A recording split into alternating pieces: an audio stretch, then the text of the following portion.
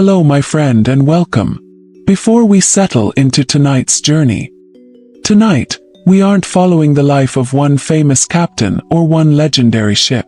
Instead, we're traveling through hundreds of years of history, watching one disaster quietly lead to another. One mutiny inspires another. One shipwreck changes navigation forever. One desperate crew teaches lessons that future generations sometimes remembered, and just as often forgot. By sunrise, if fortune smiles upon us, you'll understand why the sea has always been humanity's greatest teacher, and its most unforgiving judge. I'd love to know one small thing. What time is it where you're listening from? Are you curled up under a warm blanket in the United States, enjoying a quiet evening in Canada, winding down in England, or perhaps joining from Australia, New Zealand, or somewhere else entirely?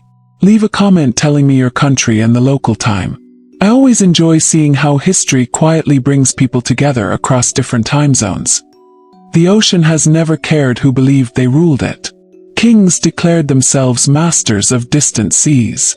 Admirals carried beautifully written commissions bearing royal seals. Merchants filled enormous cargo ships with silver, silk, spices, tea, porcelain, tobacco, and hopes of impossible fortunes. Pirates claimed entire coastlines through fear alone. The sea acknowledged none of them.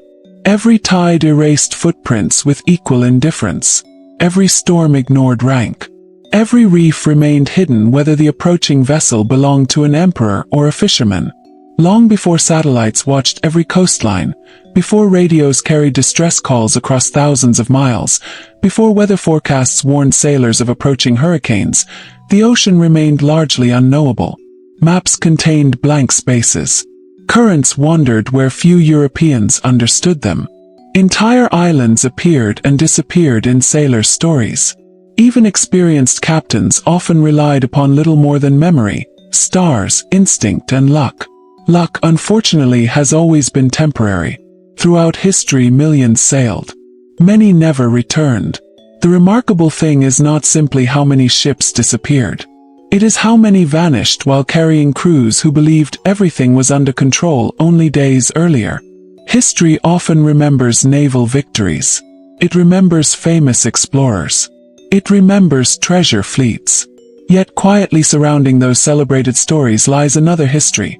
A history written in soaked logbooks, broken masts, whispered accusations, empty lifeboats, and unanswered questions. A history of crews reaching the point where they no longer trusted their officers. A history of captains discovering that authority exists only while people agree to obey. That is the strange heart connecting mutiny and shipwreck. Both begin long before disaster becomes visible. A ship does not suddenly mutiny because breakfast tasted bad. Nor does a great vessel usually sink because of one single mistake. Pressure accumulates. Food slowly worsens. Water grows stale. Pay disappears. Promises remain unfulfilled. Storms delay progress. Disease spreads. Leadership weakens. Trust evaporates. Then one moment arrives. Shouted order. Dangerous reef. Cannon fired too soon. Refusal. And if slow, deeply researched history helps you relax, don't forget to like this video and subscribe. It really helps this little corner of peaceful storytelling continue to grow. Now, dim the lights if you can, get comfortable, and allow your imagination to drift backward through centuries of crashing waves, splintering timber, impossible choices, and ordinary sailors caught inside extraordinary moments. History often remembers only that final instant. The quieter months beforehand disappear. Tonight, we'll linger inside those forgotten months. Imagine standing aboard a wooden sailing ship sometime during the late 15th century. The harbor has vanished beyond the horizon. The coastline disappeared weeks ago. Every direction appears exactly the same. Blue water, blue sky, white clouds. Perhaps dolphins occasionally interrupt the endless rhythm. Otherwise, nothing changes. For modern people accustomed to roads, buildings, airplanes crossing overhead, and phones showing exact locations within a few feet, this kind of isolation becomes difficult to imagine. Out there, certainty itself dissolved. Latitude could be estimated reasonably well by observing stars. Longitude remained an enormous mystery for centuries. Captains guessed. Sometimes they guessed remarkably well. Sometimes they guessed catastrophically badly.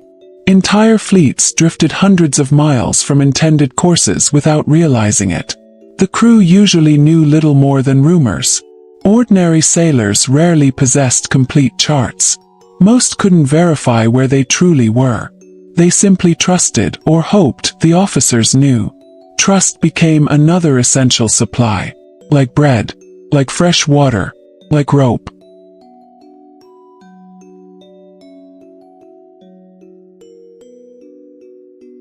Once exhausted, survival became uncertain. Life aboard these vessels rarely resembled romantic paintings. The paintings show bright flags fluttering beneath pleasant sunshine. Real life smelled different. Salt soaked every surface. Clothing remained damp for weeks. Tar-coated ropes and hands alike. Wood expanded and contracted with changing weather. Everything creaked. Everything groaned. The ship itself sounded alive. Below deck, ventilation barely existed. Sleeping quarters became crowded worlds filled with sweat, seawater, smoke, rats, insects, spoiled food, and sickness. Fresh drinking water often developed unpleasant flavors after weeks inside wooden barrels. Beer sometimes proved safer. Hard biscuits survived long voyages because almost nothing could destroy them, not even human teeth without determined effort. Sailors joked about finding worms inside their food. Sometimes it wasn't entirely a joke. Scurvy quietly stalked nearly every long expedition before citrus became standard protection. Gums bled. Old wounds reopened. Strength disappeared. Perfectly capable sailors slowly became unable to climb rigging. The disease looked mysterious. No one understood vitamins. Many simply believed bad air or divine punishment caused the suffering. Still ships sailed. Trade demanded it. Empires demanded it. Fortunes waited beyond distant horizons. Young men signed aboard for countless reasons. Adventure. Hunger. Forced impressment. Some had little choice. Others imagined glory. Many discovered only endless labor. Work never truly ended. Sails required adjustment day and night. Storm damage demanded immediate repair. Pumps removed leaking water continuously. Rigging frayed. Masts cracked. Anchors jammed. Cannons required maintenance. Decks needed scrubbing. Navigation observations occurred regardless of weather. One mistake by one exhausted sailor might doom everyone aboard. Responsibility spread unevenly. Captains possessed extraordinary authority. On many vessels, their decisions became law far from land. Punishments could be severe. Flogging existed across numerous navies and merchant fleets. Discipline, officers argued, preserved survival. Some captains balanced firmness with fairness. Others confused fear with leadership. Crews remembered the difference. History often praises bold commanders. Ordinary sailors valued predictable ones. A captain who distributed food honestly during shortages inspired loyalty. One who secretly protected officers' comforts while everyone else starved planted dangerous resentment. Mutiny rarely appeared overnight. It germinated quietly beneath daily routine. At first, perhaps only whispered complaints, then shared glances, small acts of resistance, ignoring unnecessary orders, arguments over rations. Someone begins counting unfair distributions. Someone notices officers receiving fresh supplies unavailable to everyone else. Someone remembers unpaid wages promised months before departure. Tiny observations slowly connect. Eventually, enough sailors begin reaching identical conclusions. Authority weakens invisibly. Sometimes officers never noticed until weapons appeared. This pattern repeated across centuries. Different oceans, different flags, different languages, remarkably similar human emotions. Meanwhile, another invisible enemy waited below every keel. The seafloor. Unlike armies announcing themselves with banners, underwater rocks remained perfectly silent. Coral reefs offered no warning bells. Sandbanks shifted with tides. Fog concealed cliffs. Strong currents quietly pushed vessels several miles off intended routes. Night erased every familiar landmark. Even experienced navigators occasionally discovered danger only after hearing would scrape stone. A sound. Few noises frightened sailors more. Not thunder. Not cannon fire. Not screaming wind. Would meeting rock beneath dark water. The ship might survive. Or perhaps invisible damage had already begun filling the hull with seawater. Crews immediately rushed toward pumps. Officers shouted conflicting instructions. Carpenters searched desperately for leaks. Lantern light flickered across frightened faces. Every passing minute mattered. Sometimes disaster unfolded slowly enough to inspire hope. Sometimes everything ended before dawn. One famous wreck inspired better charts. Another improved lighthouse construction. Another changed naval regulations. History occasionally learns, but usually after paying dearly. As Europe expanded across the Atlantic, Indian Ocean, and Pacific, opportunities multiplied alongside dangers. Bigger fleets ventured farther than previous generations imagined possible. More ships meant more accidents. More accidents produced more investigations. More investigations slowly transformed maritime knowledge. Yet progress remained painfully expensive. Every improved map often represented lives already lost obtaining that information. Unknown coastlines became known because someone first struck them. Tomorrow's safe harbor often began as yesterday's catastrophe. That difficult truth follows nearly every great maritime story we'll encounter. Behind celebrated discoveries stand exhausted crews. Behind improved navigation stand forgotten shipwrecks. Behind famous mutinies stand years of hardship rarely summarized in schoolbooks. And before we arrive at the legendary names nearly everyone recognizes, we must first understand the quieter centuries that shaped them. Because the greatest mutinies did not emerge from nowhere. Neither did history's most devastating shipwrecks. The ocean had already been teaching these lessons for generations. Human beings simply needed much longer to begin listening.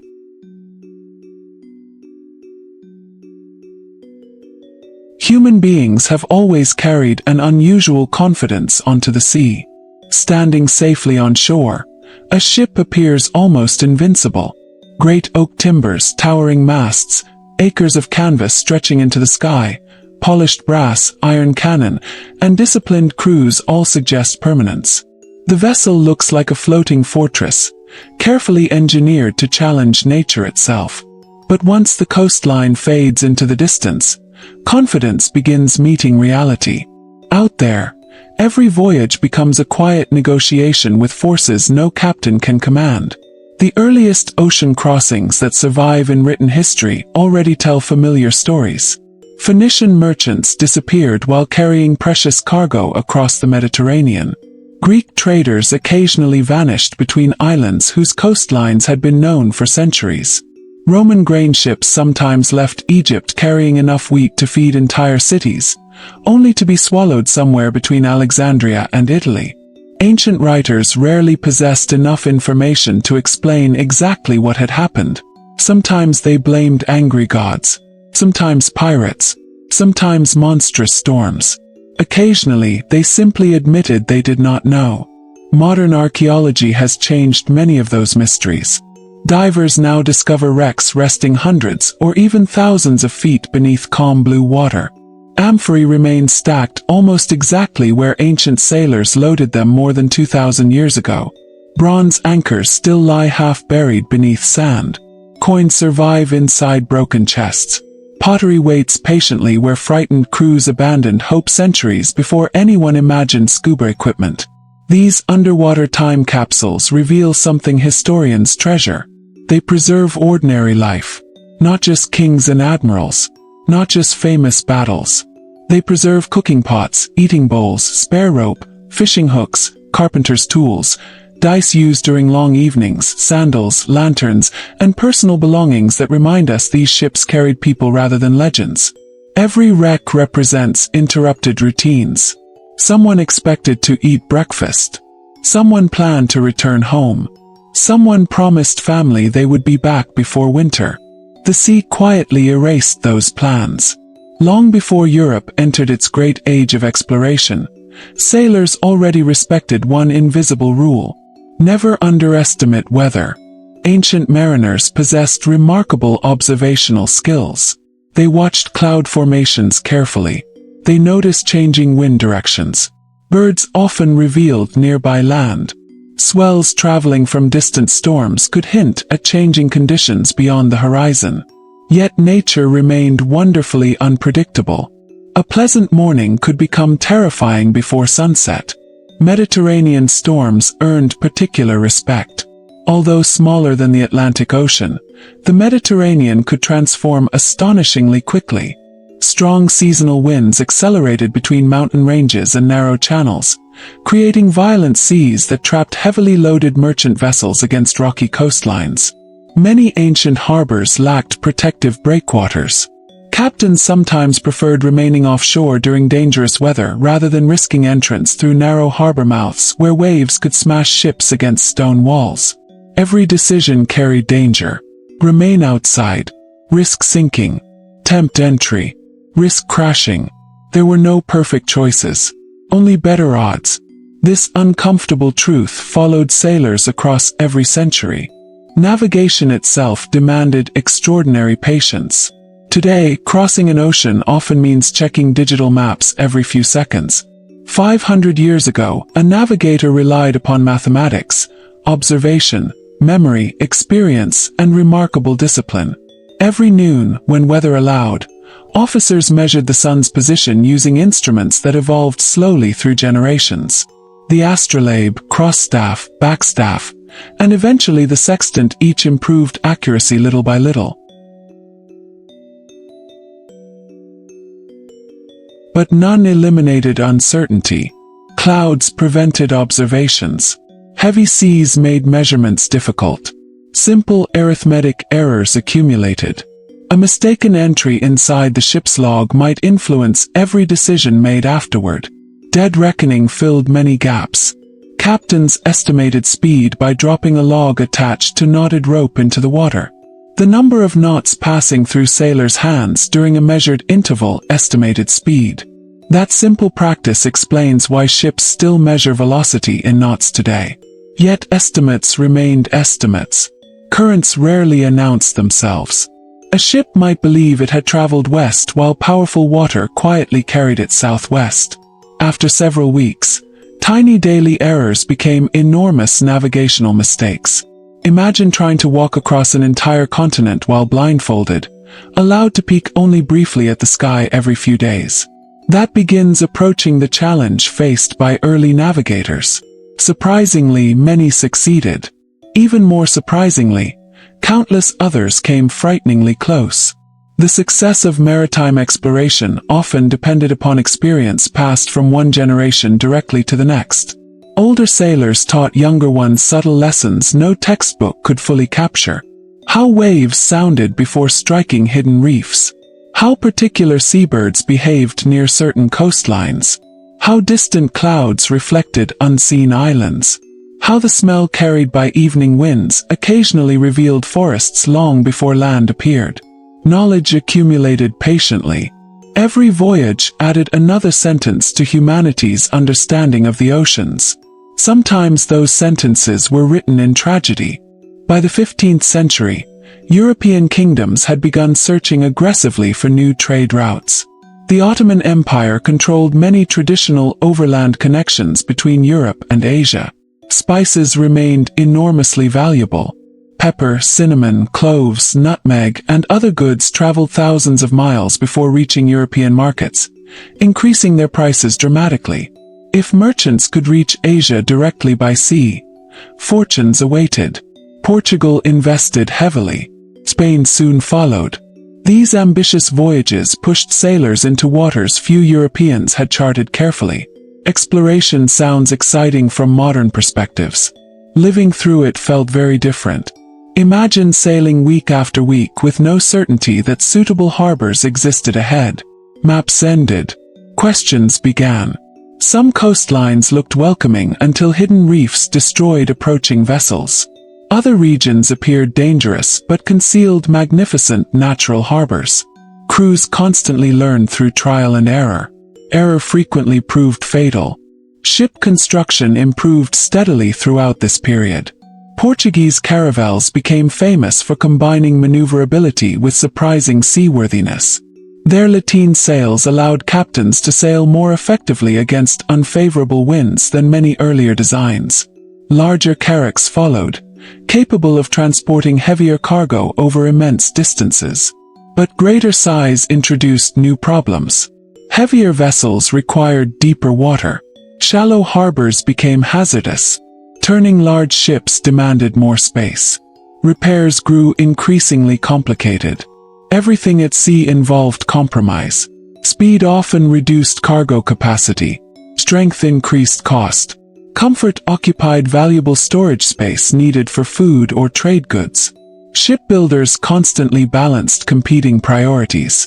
The people financing expeditions usually wanted maximum cargo. The sailors preferred additional supplies. Captains wanted stronger hulls. Merchants wanted lower expenses. These disagreements rarely disappeared. They merely traveled aboard the ship together. Meanwhile, discipline remained the invisible framework supporting every voyage. Unlike armies, ships offered almost no escape. A dissatisfied soldier might desert. A sailor crossing the Atlantic possessed nowhere to run. This confinement intensified every disagreement. Minor personality conflicts slowly expanded during months at sea. A harsh officer encountered the same crew every single day. The crew remembered every insult, every unfair punishment, every broken promise. Leadership aboard sailing ships depended as much upon respect as authority. The finest captains understood this instinctively. They maintained discipline without unnecessary cruelty. They shared hardships visibly.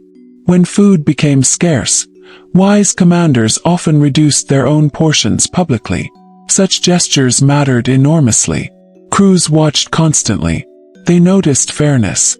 They noticed selfishness even faster. One unjust punishment could linger inside memory far longer than dozens of ordinary days. This psychological landscape forms the foundation beneath nearly every famous mutiny that history records. Before weapons appeared, before officers found themselves imprisoned, before command changed hands, months, sometimes years, of accumulated resentment quietly prepared the ground. Mutiny never truly begins with rebellion. It begins with disappointment. Shipwreck follows a remarkably similar pattern. People often imagine disasters occurring instantly. Sometimes they do. More often, catastrophe develops gradually while everyone hopes the situation remains recoverable. Small leak appears. Pumps manage it. The leak slowly worsens. Weather prevents repairs. Cargo shifts unexpectedly. The hull strains under unusual pressure. Water enters faster. Pumps continue. The crew grows exhausted. Someone notices the water rising despite every effort. Only then does panic finally replace optimism. Looking backward through history, investigators frequently discover warning signs visible long before final disaster. Ignored maintenance, poor charts, overloaded cargo, unsafe decisions, leadership failures, exhausted crews. These factors rarely attract attention during successful voyages. When tragedy arrives, suddenly every overlooked detail becomes significant. Historians face a similar challenge. We know outcomes. The people living those events did not. That difference matters. When a captain ordered course changes in 1498, he possessed no knowledge of tomorrow's storm.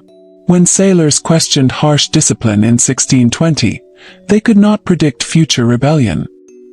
History appears obvious only after conclusions become known. Living history feels uncertain. That uncertainty is exactly where we now find ourselves.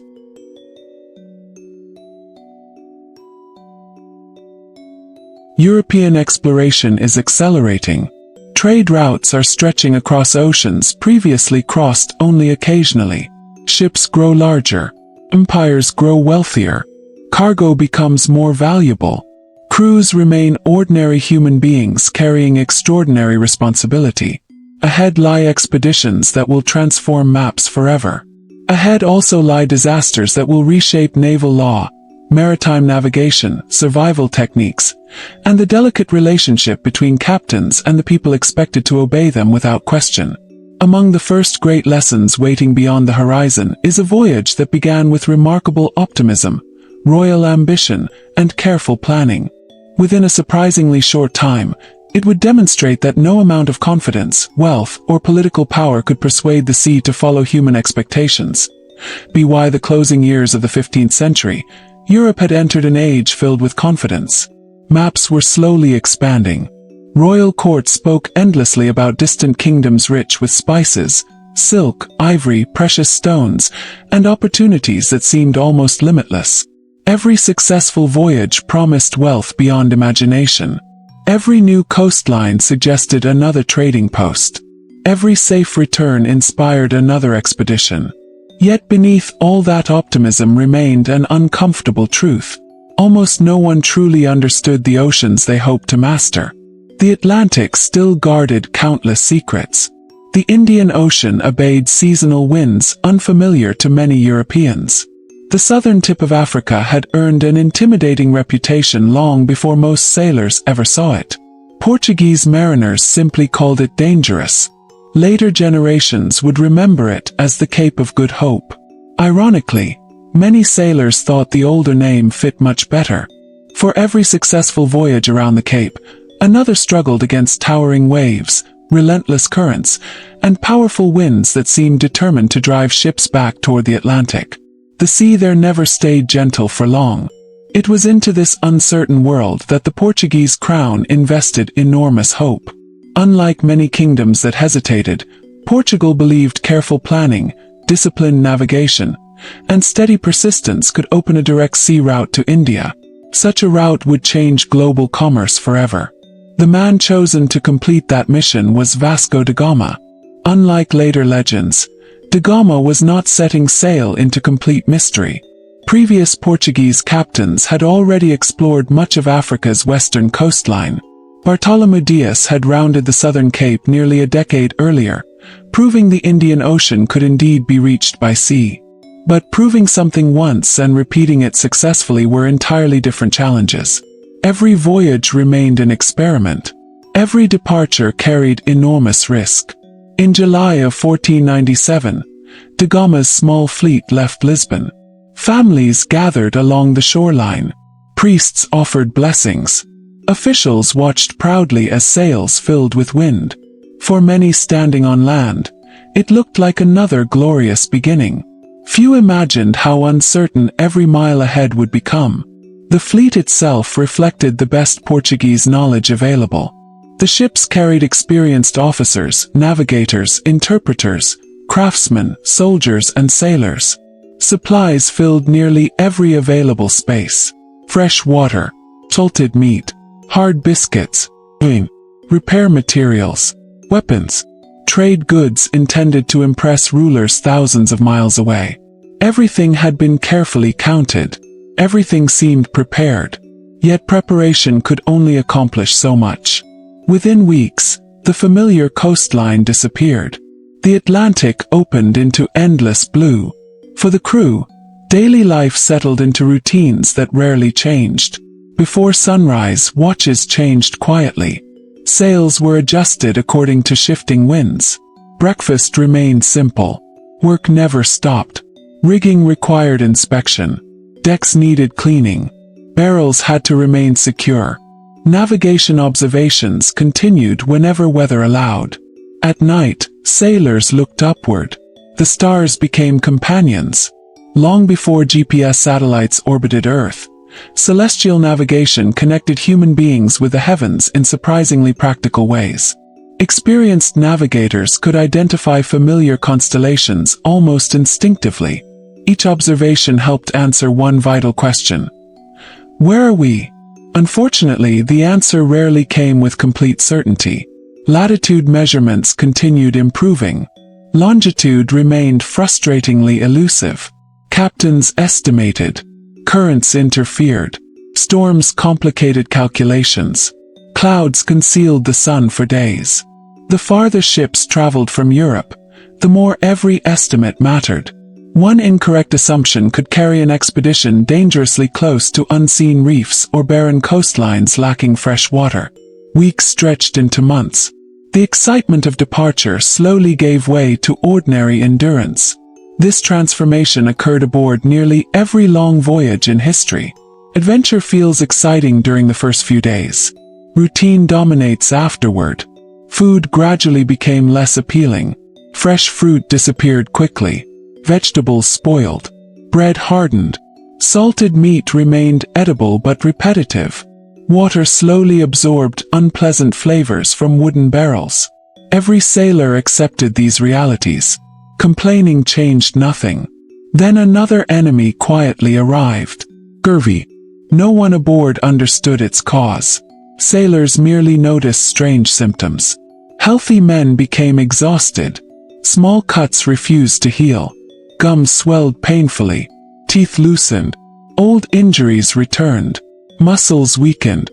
Some blamed bad air. Others suspected contaminated food. Many believed the disease represented divine punishment. Centuries would pass before physicians recognized the importance of vitamin C.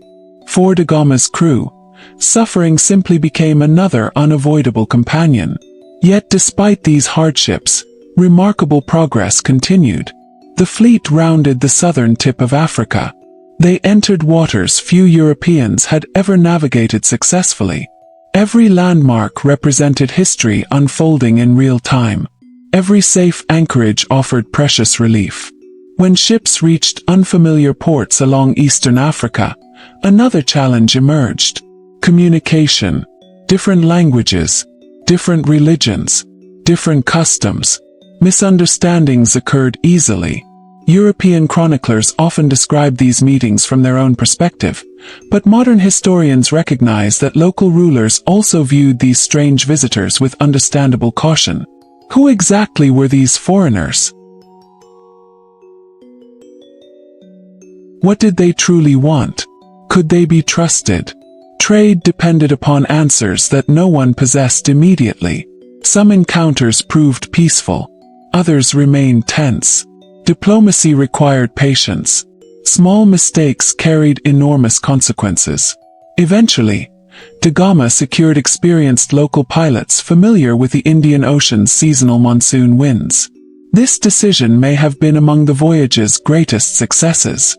Knowledge, rather than force, moved ships safely across unfamiliar waters. The monsoons fascinated European sailors.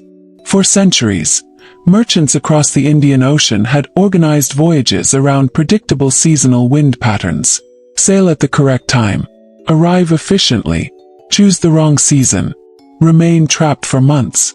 European explorers gradually learned that local experience often exceeded anything carried aboard their own charts. Listening became just as valuable as leading. By May of 1498, after nearly a year at sea, the Portuguese fleet reached the southwestern coast of India near Calicut. The achievement transformed world history. A direct maritime connection between Europe and India had become reality. Today, textbooks often summarize this accomplishment in only a sentence or two. Reality proved considerably more complicated. Trade negotiations disappointed many expectations. Political relationships developed slowly. Local merchants already possessed well-established commercial networks extending across Arabia, Persia, East Africa, and Asia. The Portuguese were entering an existing system, rather than discovering an empty marketplace. Still, the voyage demonstrated what many had considered impossible.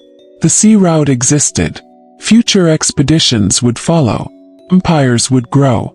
Global trade would expand dramatically. Yet hidden beneath this extraordinary success remained another lesson. Even victorious voyages paid staggering human costs. Disease, exhaustion, weather, uncertainty. Many crew members never returned home. The ocean demanded payment regardless of achievement. As da Gama eventually turned westward toward Portugal, the return voyage proved even harsher than the outward journey. Contrary winds delayed progress. Scurvy spread more aggressively. Deaths increased. Some ships became so undermanned that surviving sailors could barely operate them effectively. At one point, crews abandoned a vessel because too few healthy men remained to sail it safely. It was a practical decision, a heartbreaking one. But survival often required impossible choices. When the expedition finally returned to Portugal in 1499, celebrations echoed through Lisbon. The voyage had succeeded beyond imagination. Portugal now possessed direct access to Asian trade by sea. King Manuel I welcomed the achievement as a triumph for the kingdom. Europe celebrated the opening of a new era. History remembered the victory. The ordinary suffering that made it possible gradually faded into the background. This pattern would repeat countless times. Explorers became famous. Captains entered history books. The sailors who hauled ropes through bleeding hands, buried friends at sea, pumped leaking hulls through sleepless nights, and endured hunger often remained anonymous. Their names disappeared. Their labor did not. More importantly, their experiences quietly influenced every expedition that followed. Shipbuilders strengthened designs. Navigators revised charts. Captains planned additional food and water. Knowledge accumulated one difficult voyage at a time. But alongside these improvements, another force was growing: competition. Portugal's remarkable success attracted attention across Europe. Spain watched closely. England observed carefully. France and the Dutch Republic would soon join the race. The oceans were no longer simply pathways for exploration. They had become highways to wealth. Where great wealth appeared, rivalry inevitably followed. Merchant fleets grew larger. Navies expanded. Cargoes became more valuable. Captains received greater authority. Crews endured longer voyages under stricter discipline. The conditions that could eventually produce resentment, and in time mutiny, were slowly taking shape aboard ships that crossed oceans with increasing regularity. The age of discovery had opened the world. It had also begun creating the pressures that would one day tear some of history's greatest ships apart from within, long before storms or hidden reefs ever had the chance.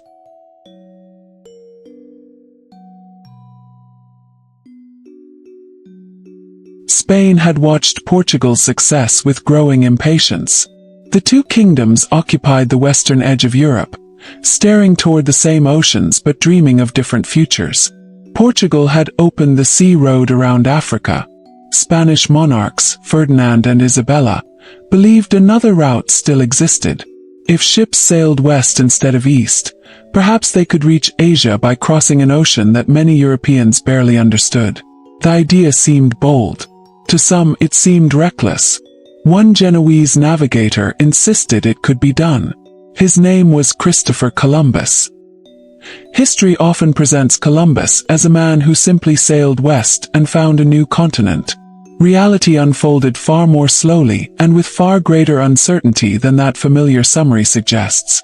When his small fleet departed Palos in August 1492, no one aboard knew exactly how much water lay beyond the horizon. Columbus himself underestimated the Earth's circumference. He also underestimated the distance separating Europe from Asia. Ironically, those mathematical errors helped convince Spain to finance the expedition. Had everyone known the true distance across the Pacific, the voyage might never have received approval. The Atlantic, however, concealed another continent entirely. The crew did not know this. Each sunrise looked much like the one before it. The sea stretched endlessly. Flying fish occasionally scattered across the waves. Pods of dolphins followed the ships for a time before disappearing into the blue distance. At night, unfamiliar stars slowly replaced those the sailors had known near Europe. The farther west they traveled, the stranger everything felt. First, discipline remained steady. The men worked as they always had. They trimmed sails. They repaired worn rigging. They scrubbed the deck with seawater. They checked barrels for leaks and counted dwindling provisions. Every evening brought another sunset over empty water. Every morning raised the same question: how much farther? No captain could answer with certainty. Columbus maintained detailed logs, but historians now believe he deliberately kept two versions of the voyage's progress. One reflected the estimated distance actually traveled. The other reported a shorter distance to the crew. He understood something important about human psychology. If sailors believed they had traveled too far without finding land, fear might replace obedience. A captain sometimes led not only through navigation but also through carefully managing information. The decision reveals just how fragile authority could become in the middle of an ocean. Unlike soldiers stationed inside a fortress, sailors had nowhere else to go. They could not leave. They could only endure. As September turned into October, anxiety slowly spread across the ships. Some sailors whispered that they had sailed beyond the limits of the known world. Others worried the prevailing winds would prevent any return home. The trade winds that pushed them steadily west felt like both a blessing and a trap. Moving forward became surprisingly easy. Turning back remained an unanswered question. Even experienced mariners began wondering whether nature itself had become different. Floating patches of seaweed drifted across the Atlantic. Today we know this region as the Sargasso Sea. To exhausted crews unfamiliar with such enormous floating fields of vegetation, the sight inspired rumors. Some imagined hidden reefs waiting beneath the surface. Others feared the ships might become trapped forever. The sea itself appeared unfamiliar enough to encourage wild speculation. Meanwhile, birds occasionally appeared overhead. Land birds. Their presence renewed hope. Surely they could not be far from shore. Days passed. Still no coastline emerged. Hope rose. Hope faded. Then it returned once more. The emotional rhythm became almost as exhausting as the physical labor. One encouraging sign after another dissolved into disappointment. Modern readers often know exactly how the voyage ends. The sailors did not. Every rumor mattered. Every cloud along the horizon briefly resembled distant mountains. Every floating branch suggested nearby forests. Every mistaken expectation chipped away at confidence. This gradual erosion of trust forms one of history's earliest documented examples of the psychological pressures that long ocean voyages placed upon ordinary people. No storms were necessary. No enemy fleet appeared. No disease devastated the crew. Simple uncertainty proved powerful enough. According to several historical accounts written after the voyage, some crew members eventually discussed forcing Columbus to abandon the expedition and sail back toward Spain. Whether these conversations came close to actual mutiny remains debated among historians. The surviving evidence is incomplete. What seems clear is that morale had become dangerously low. The possibility of organized resistance had entered people's thoughts. Even without open rebellion, that alone represented a serious warning. Authority at sea always rested upon confidence. Once confidence weakened, discipline required increasing effort to maintain. Columbus responded carefully. He encouraged the crew. He interpreted every positive sign as evidence that success lay just ahead. He promised that if land failed to appear within only a few more days, they would reconsider their course. It was a practical compromise. More importantly, it bought time. Sometimes leadership consists less of issuing dramatic commands than of persuading frightened people to continue one day longer. During the night of October 11, 1492, everything changed. Near midnight, a sailor named Rodrigo de Triana, standing watch aboard the La Pinta, reportedly spotted land. His cry shattered weeks of uncertainty. Tierra! Land! Relief swept through the fleet. Morning revealed an island in the Bahamas, though Columbus believed he had reached islands near Asia. History remembers the discovery. The crew probably remembered something much simpler. Solid ground, fresh water, food that had not spent weeks inside wooden barrels. The ability to sleep without constant rolling waves beneath them. The expedition would continue exploring the Caribbean for months. It also introduced another lesson that future generations repeatedly encountered. Finding land did not eliminate danger. Unknown coastlines carried hazards of their own. On Christmas Day, 1492, Columbus's flagship, the Santa Maria, grounded on a reef off the northern coast of Hispaniola. Unlike dramatic paintings showing violent storms, this disaster unfolded quietly. The sea remained relatively calm. The problem was human. Columbus had retired for the night. A young cabin boy was reportedly steering the vessel despite regulations requiring experienced hands at the helm. Whether through inexperience, fatigue, or simple misjudgment, the ship drifted toward the reef. By the time officers recognized the danger, escape proved impossible. The hull settled firmly onto coral.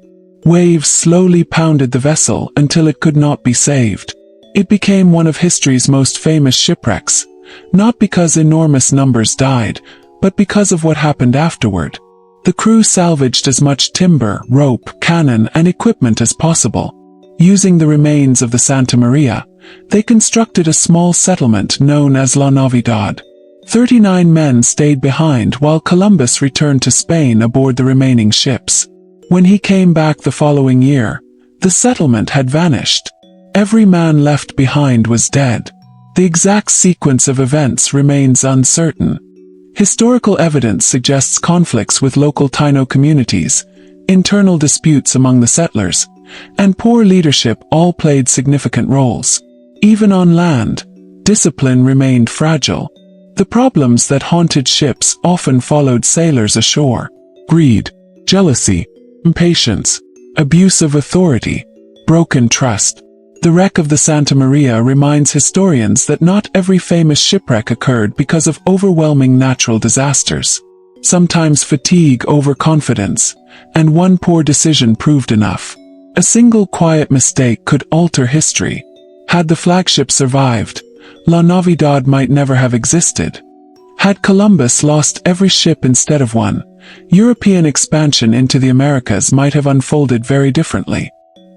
History often balances upon moments that seem almost ordinary while they occur. Across Europe, news of Columbus's voyage spread with astonishing speed. The reports inspired celebration, curiosity, skepticism, and ambition. Portugal intensified its own expeditions. England began paying closer attention. France soon followed. The Atlantic no longer appeared to be an endless barrier. It had become a highway leading toward unimaginable opportunities. With opportunity came increasing competition. Kings demanded larger fleets. Merchants financed riskier expeditions. Shipbuilders experimented with stronger designs capable of carrying more cargo across greater distances. Each improvement encouraged longer voyages. Longer voyages placed greater strain upon crews. More valuable cargo tempted corruption. Greater distances isolated captains from any immediate oversight. The oceans were becoming busier every decade. So too were the opportunities for disaster. Ahead lay expeditions carrying treasure worth millions in modern currency, fleets crossing oceans with hundreds of ships, and commanders whose decisions would shape the destinies of empires. Some would become legends. Others would vanish almost without a trace beneath the same indifferent waves that had already claimed countless vessels before them. The sea, as always, remained perfectly patient. The opening years of the 16th century brought a feeling unlike anything Europe had experienced before. Every successful voyage returned with stories that seemed almost impossible. There were islands where unfamiliar birds filled the forests with songs no European had ever heard. Markets overflowed with spices worth many times their weight in silver. Coastlines stretched for hundreds of miles beyond the reach of existing maps.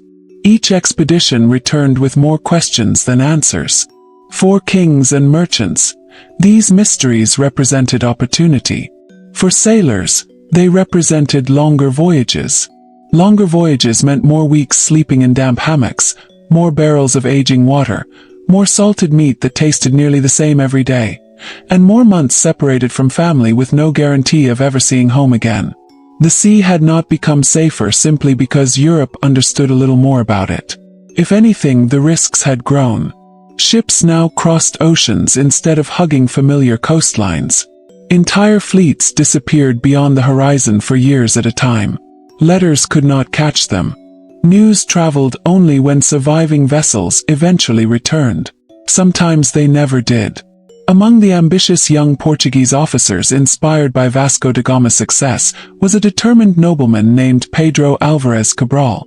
In 1500, King Manuel I entrusted him with one of the largest expeditions Portugal had ever assembled. 13 ships. Roughly 1,500 men.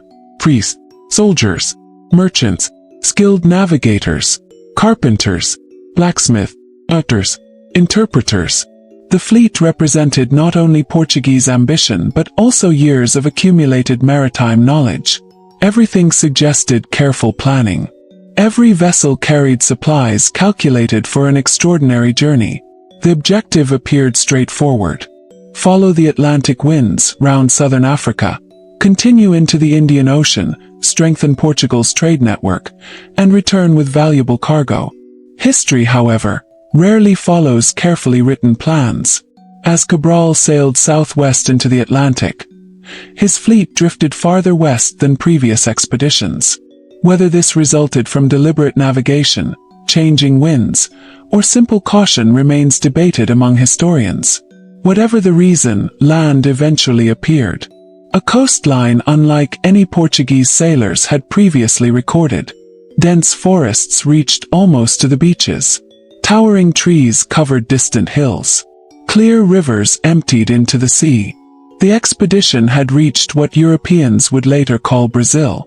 Cabral officially claimed the territory for Portugal before continuing eastward toward Africa. At the time, no one aboard realized the enormous historical significance of this unexpected landfall. To the sailors, it was another unfamiliar shore during an already remarkable voyage. Soon afterward, the Atlantic reminded everyone that discoveries offered no protection against nature. As the fleet approached the southern Atlantic, violent storms developed. The sky darkened rapidly. Winds strengthened hour by hour. Experienced sailors immediately recognized the warning signs. Canvas disappeared as crews hurried to reduce sail. Loose equipment was secured. Hatches were fastened tightly. Prayers quietly spread across every deck. Storms at sea possess a strange rhythm. Before the worst arrives, there is often an uneasy pause. The air feels different. The ocean changes color. Clouds lower themselves toward the horizon until sky and sea seem to merge. Then the wind arrives with astonishing force. Cabral's fleet scattered almost immediately. Communication between ships became impossible. Rain reduced visibility until nearby vessels disappeared entirely. Towering waves lifted massive ships high above the sea before dropping them into deep valleys of water. Wooden hulls groaned beneath enormous pressure. Masts bent alarmingly. Rigging snapped like dry branches. The ocean no longer resembled the calm blue surface painted by artists. It became a moving landscape of water, wind, darkness, and noise. Some captains attempted to maintain formation. Others fought simply to survive. Once separated, every ship stood alone. Hours passed. Perhaps days. No one could accurately judge time amid constant labor. Sailors remained soaked. Exhaustion spread quickly. Every man understood that one loose rope, one collapsing mast, or one broken rudder could determine the fate of everyone aboard. When the weather finally eased, the fleet no longer existed as it had before. For ships had vanished. Among them was the vessel commanded by Bartholomew Dias, the very explorer whose earlier voyage had first rounded the Cape of Good Hope. Years earlier, he had expanded Europe's understanding of the world. Now, somewhere beneath the South Atlantic, both he and his ship had disappeared. No dramatic final speech survives. No eyewitness account records his last moments. The sea simply kept its silence. This was one of the harshest realities of maritime history. Many losses remained mysteries forever. Unlike battles fought on land, shipwrecks often left no survivors to explain what had happened.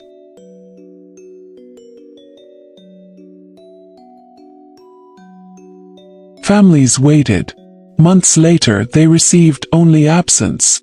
Cabral eventually reached India with the surviving ships, but even their danger refused to disappear. Portuguese merchants hoped diplomacy would establish profitable trade. Instead, growing tensions erupted into violence. Conflicts with local merchants and political leaders escalated rapidly. Trading posts were attacked. Portuguese sailors were killed. Cabral responded with overwhelming force, bombarding the harbor of Calicut with cannon fire before continuing his voyage. The expedition returned to Portugal carrying valuable cargo, yet nearly half the original fleet had been lost. By modern standards, such losses would seem catastrophic. In the early 16th century, many rulers considered them an unfortunate cost of expanding overseas trade. Ships could be rebuilt.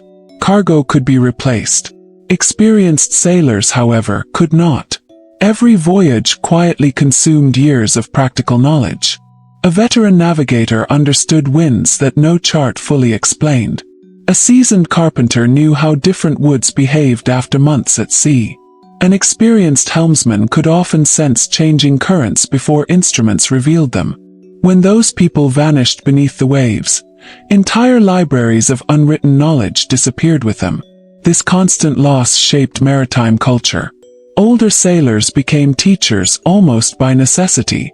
Young recruits listened carefully, not because instruction was formal, but because experience often meant survival.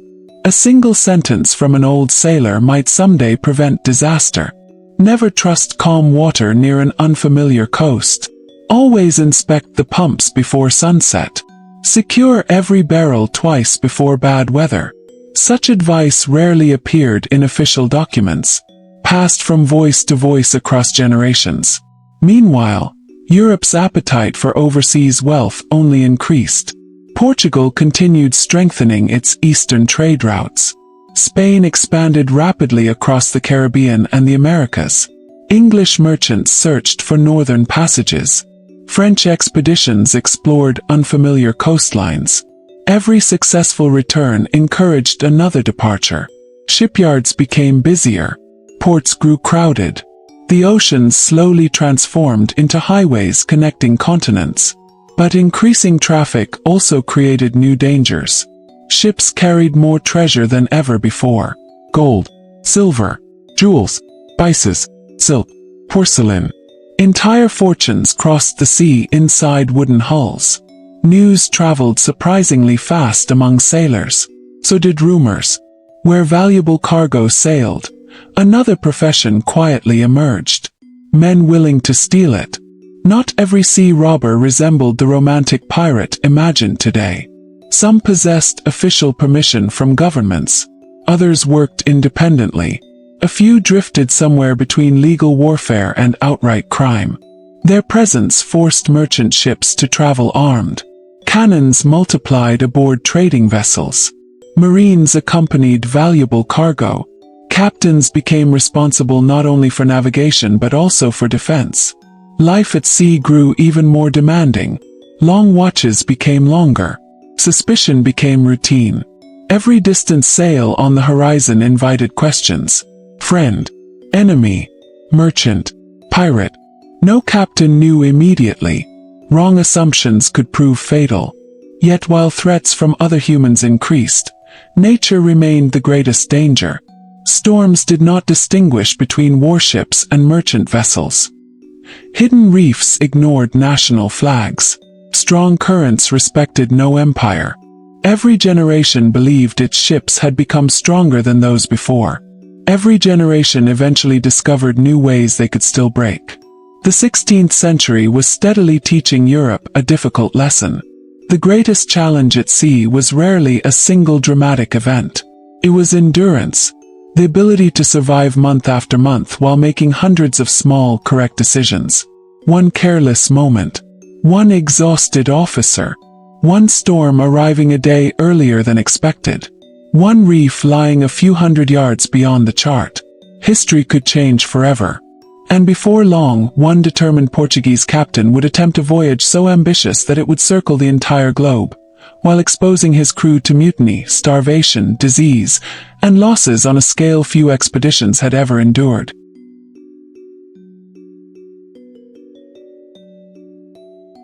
The world was growing larger with every passing year, not because the planet itself had changed, but because human understanding of it had. Maps that once ended with decorative sea monsters now stretched farther south, farther west, and farther east. Empty spaces slowly filled with coastlines traced by exhausted navigators, whose greatest reward often came only after they had already suffered unimaginable hardships. Yet one mystery still refused to disappear. Could a ship sail completely around the Earth?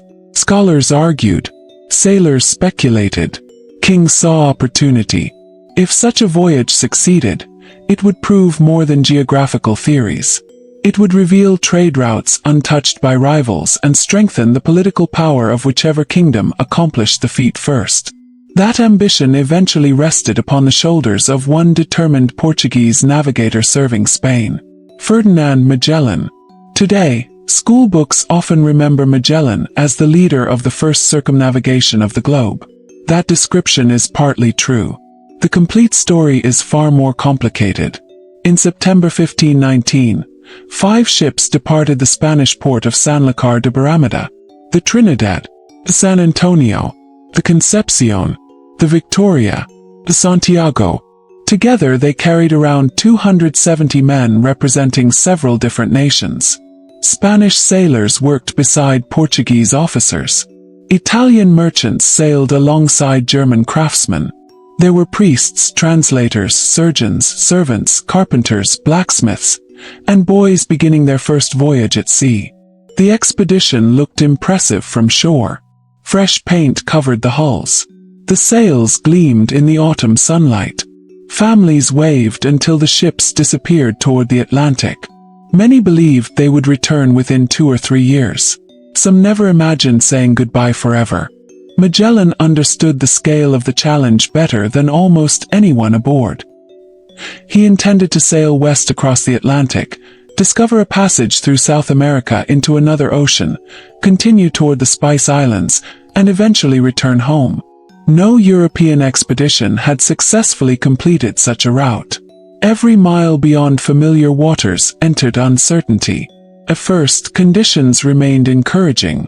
The Atlantic crossing followed routes increasingly familiar to European navigators. Trade winds filled the sails. The fleet stopped at the Canary Islands before continuing toward South America. Routine settled over daily life. Men climbed rigging before sunrise. Officers measured the sun's position at noon. Carpenters repaired small damage before it became serious. The ship's cook prepared meals that changed little from one day to the next. Hard biscuits, salted pork, dried fish, cheese when supplies allowed, wine rationed carefully. Fresh water counted almost like treasure. Conversation drifted between memories of home and dreams of wealth waiting beyond the horizon. No one yet knew how severely those dreams would be tested. As the fleet sailed farther south along the coast of South America, temperatures dropped. Strong winds became more common. The shoreline stretched endlessly, revealing river mouths, cliffs, forests, and empty beaches. Still, the passage Magellan sought remained hidden. Winter approached. The expedition entered Port St. Julian in present-day Argentina, where the ships anchored to wait out the harsh season. Waiting sounds peaceful. It rarely felt that way. Months confined aboard ships tested everyone's patience. Food slowly diminished. Cold weather settled into every piece of clothing. Strong winds shook the anchored vessels day after day. Most dangerously, uncertainty spread. Many Spanish captains questioned Magellan's leadership. Some had never fully trusted him. After all, he was Portuguese commanding a Spanish expedition. Political tension had quietly accompanied the fleet from the beginning. Now isolation allowed that tension to grow. Rumors multiplied. Some officers argued that the expedition had already gone too far. Others believed Magellan refused to admit failure. The promised passage had not appeared. Winter prevented further exploration. Every additional week consumed precious supplies. The conversations remained private at first. Quiet voices inside officers' cabins. Careful glances across crowded decks. The ordinary sailors noticed little. Then, during Easter week of 1520, whispers became action. 3 of the expedition's 5 ships rebelled. This was no misunderstanding. No heated argument. It was open mutiny. Captains loyal to the rebellion seized control of their vessels, hoping either to force Magellan's removal or abandon the expedition entirely and sail back to Spain. Mutiny at sea created a uniquely dangerous situation. There was no nearby government, no court.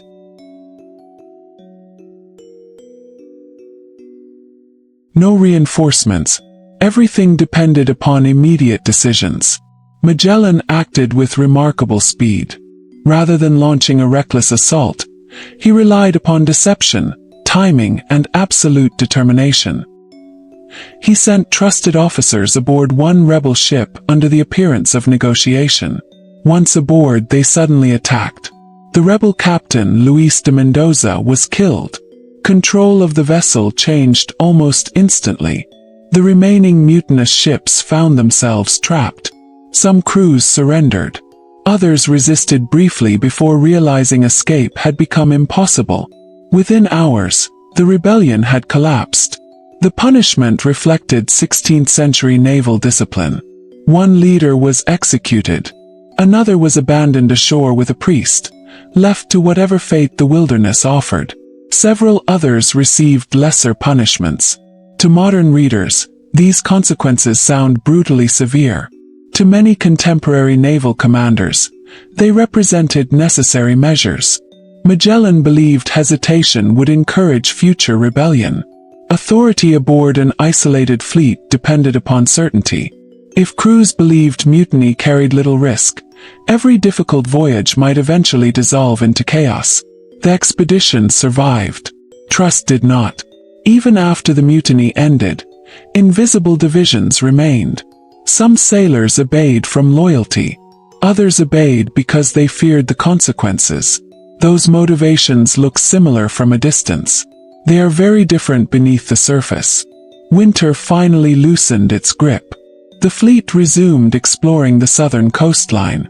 Then another disaster struck. The Santiago, sent ahead to scout the coast, encountered violent weather. Strong waves drove the ship onto rocks. The vessel broke apart. Remarkably, most of the crew survived. After extraordinary effort, they struggled overland through freezing conditions before reaching the main fleet. Their survival amazed everyone. The ship, however, was beyond saving. Another vessel had disappeared. The expedition now possessed only 4 ships. Still, Magellan continued. Week after week they searched. Every bay offered hope. Every river mouth suggested possibility. Again and again disappointment followed. The southern coast seemed endless. Some sailors privately wondered whether the passage existed at all. Then, in October 1520, they found it. A narrow opening cut deeply into the continent. Steep mountains surrounded dark water. Powerful currents twisted unpredictably between rocky shores. No one could immediately know whether this channel crossed the continent or simply ended inland. Magellan decided to explore. The fleet entered cautiously. For more than a month, the ships navigated winding waterways unlike anything Europeans had previously encountered. The scenery felt almost unreal. Snow-covered peaks towered above silent water. Smoke rose from distant fires lit by indigenous peoples along the shore. Those mysterious flames inspired Magellan to name the surrounding region Tierra del Fuego, the land of fire. The passage itself demanded constant concentration. Hidden rocks threatened every turn. Strong tidal currents pushed ships toward cliffs. Fog occasionally reduced visibility. One serious mistake could destroy an entire vessel. During this difficult navigation, another crisis unfolded. The San Antonio, the largest ship in the fleet, quietly deserted. Rather than continuing into unknown waters, its captain secretly turned east and sailed back toward Spain. It was one of history's most significant acts of desertion at sea. Magellan never saw that ship again. His fleet had now been reduced to only 3 vessels. The mutiny had ended months earlier, yet its consequences continued unfolding. Even after overcoming open rebellion, loyalty remained fragile, and still Magellan pressed forward. At last, after weeks threading through the winding channel, the ships emerged into an enormous, unfamiliar ocean. The water appeared astonishingly calm compared with the violent Atlantic they had left behind. Magellan named it the Pacific Ocean. The name sounded hopeful. It would soon become painfully misleading. Beyond that peaceful horizon stretched thousands of miles of open water, far greater than anyone aboard had imagined. The greatest hardships of the expedition were not behind them. They were only just beginning. The water before them looked almost peaceful. After weeks navigating the twisting channels of what would later become known as the Strait of Magellan, the endless blue horizon seemed almost welcoming. The Atlantic's violent storms had finally been left behind. Gentle swells rolled beneath the hulls. Steady breezes filled the sails. The sky often remained clear from dawn until sunset. To tired sailors it felt like a reward. Magellan looked across the calm water and named it the Pacific Ocean, from the Latin word meaning peaceful. It was one of history's greatest ironies. The Pacific appeared calm. The size was anything but forgiving. No European expedition truly understood its enormous scale. Maps suggested the Spice Islands lay relatively close beyond the newly discovered passage. Reality would prove astonishingly different. As the 3 remaining ships, the Trinidad, Victoria, and Concepcion, headed northwest, the coastline slowly disappeared behind them. Day after day there was nothing. No islands, no fishing villages, no rivers where fresh water could be collected, no forest, no mountains rising from the horizon, only sky, only sea. The first few weeks passed quietly enough. The crew settled back into familiar routines. Every morning began before sunrise. The watch changed. Sails were inspected. The navigator measured the sun whenever weather allowed. The carpenter walked slowly through each ship, listening carefully to the wooden hull. Experienced shipwrights often trusted their ears almost as much as their eyes. A different creak could reveal a weakening beam. A faint dripping sound might warn of a new leak below deck. On wooden ships, constant maintenance meant survival. Everything aboard slowly wore out. Salt attacked iron. Water softened rope. Sunlight weakened canvas. Wood expanded during rain and shrank beneath intense heat. The sea never stopped trying to dismantle the ship. The sailors never stopped rebuilding it. For a time, that rhythm provided comfort. Work distracted people from uncertainty. But eventually another concern quietly entered everyone's thoughts. The food. Every captain carefully calculated supplies before leaving port. No calculation, however, had prepared for crossing the largest ocean on Earth. Barrels that once felt reassuringly heavy gradually became lighter. Each week the quartermaster updated his records. Each week the numbers looked slightly worse. Rations became smaller. Nobody complained openly. Not yet. Every sailor understood the arithmetic. Less food now meant more days of survival later. Still, hunger possesses remarkable patience. It waits quietly before demanding attention. Fresh bread had vanished long ago. Fruit had disappeared months earlier. Vegetables were only memories. Meals consisted almost entirely of hard ship's biscuit and salted meat whenever supplies allowed. Even the biscuits had begun changing. Moisture slowly entered many barrels despite careful storage. Mold spread. Insects found their way inside. Worms became common. One Italian survivor, Antonio Pigafetta, later recorded what conditions became like aboard the expedition. His journal remains one of the most valuable eyewitness accounts from the voyage. According to Pigafetta, The biscuits eventually turned into little more than crumbling dust mixed with worms and insect waste. The sailors ate them anyway. There was no alternative. Salted meat deteriorated as well. Some barrels spoiled completely. Others developed foul odors impossible to ignore. Still, hunger often defeated disgust. The men swallowed food while trying not to think about its condition. Water became equally precious. Wooden barrels rarely remained perfectly sealed over long voyages. Some leaked. Others absorbed unpleasant tastes from aging timber. As weeks became months, fresh drinking water often turned brown, stale, and foul-smelling. Yet dehydration remained a greater danger. The crew drank slowly, carefully, knowing every cup reduced tomorrow's supply. Then came the rats. Unlike the sailors, rats had not boarded the expedition by invitation. Ships had carried them for centuries. Normally they were unwelcome pests. Now they became food. Pigafetta wrote that desperate sailors captured rats and sold them to one another. The price rose astonishingly because hunger had transformed ordinary vermin into valuable meals. Modern readers may find the idea disturbing. To starving men crossing an empty ocean, survival left little room for pride. When even the rats became scarce, sailors searched for anything remotely edible. Pieces of leather covering parts of the rigging were removed. The leather had become stiff from years of exposure to seawater and sun. To make it chewable, the men soaked it for several days in seawater before roasting or boiling it over small fires. It provided almost no nourishment. It merely filled empty stomachs for a short while. Every meal became an exercise in endurance. Meanwhile, another invisible enemy quietly spread below deck. Scurvy. By now the disease had become devastating. Without fresh fruits or vegetables, the sailors' bodies slowly exhausted their remaining vitamin C. No one aboard understood why. They only witnessed the horrifying symptoms. Healthy gums swelled painfully. Teeth loosened. Old scars reopened. Legs weakened. Small cuts refused to heal.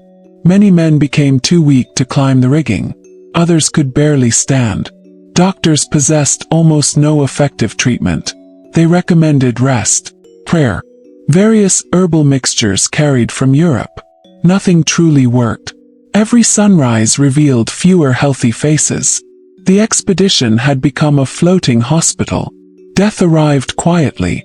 Unlike battle, where violence erupts suddenly, scurvy stole strength little by little. One sailor stopped joining conversations. Another no longer climbed the mast. Someone missed breakfast. By evening, a blanket covered another body. The burial ceremony remained painfully simple. The crew gathered silently. A short prayer. The body wrapped in cloth, weighted carefully, then lowered into the sea.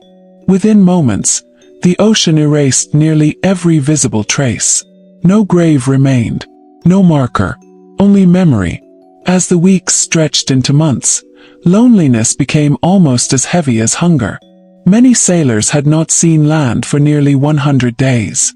Imagine looking in every direction and seeing nothing but water every hour of every day. No trees, no buildings, no birds for weeks at a time. Nothing to measure progress except sunsets. Human beings naturally seek change. The Pacific offered astonishing sameness. Morning resembled yesterday. Tomorrow looked identical. The monotony itself became exhausting. Some sailors quietly wondered whether they had become lost forever. Even Magellan possessed only hope. His charts contained enormous blank spaces. No captain could know exactly where the next island might appear. Leadership during such uncertainty required extraordinary self-control. If the captain showed fear, panic might spread instantly. So Magellan remained calm. He continued daily observations. He encouraged discipline. The watches continued. Repairs continued. Routine continued. Sometimes maintaining ordinary routines during extraordinary hardship becomes its own form of courage. At last, after more than 3 months crossing the Pacific, signs of land finally appeared. Birds floating branches, small patches of seaweed. Then, at last, tiny islands emerged along the horizon. The first islands offered almost nothing useful. Some lacked fresh water.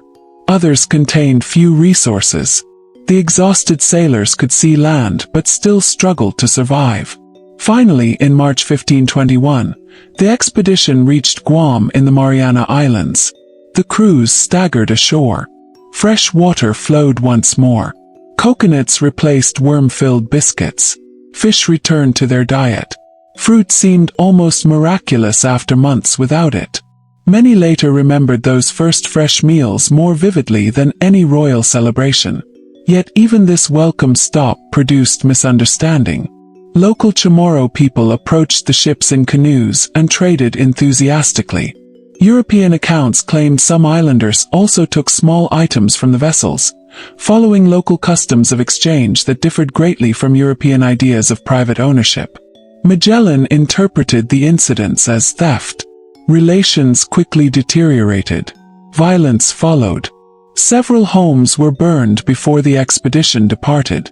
It was another reminder that first encounters between cultures often suffered from mutual misunderstanding, fear, and incompatible expectations. The fleet continued westward. Only 3 ships remained. Many crew members were dead. Others remained dangerously weak. No one aboard realized that the greatest personal tragedy of Magellan's own life was now only weeks away. The Pacific crossing had tested every limit of human endurance. The expedition had survived starvation, disease, isolation, and despair. But history was preparing one final lesson. The ocean had spared Magellan. The land would not.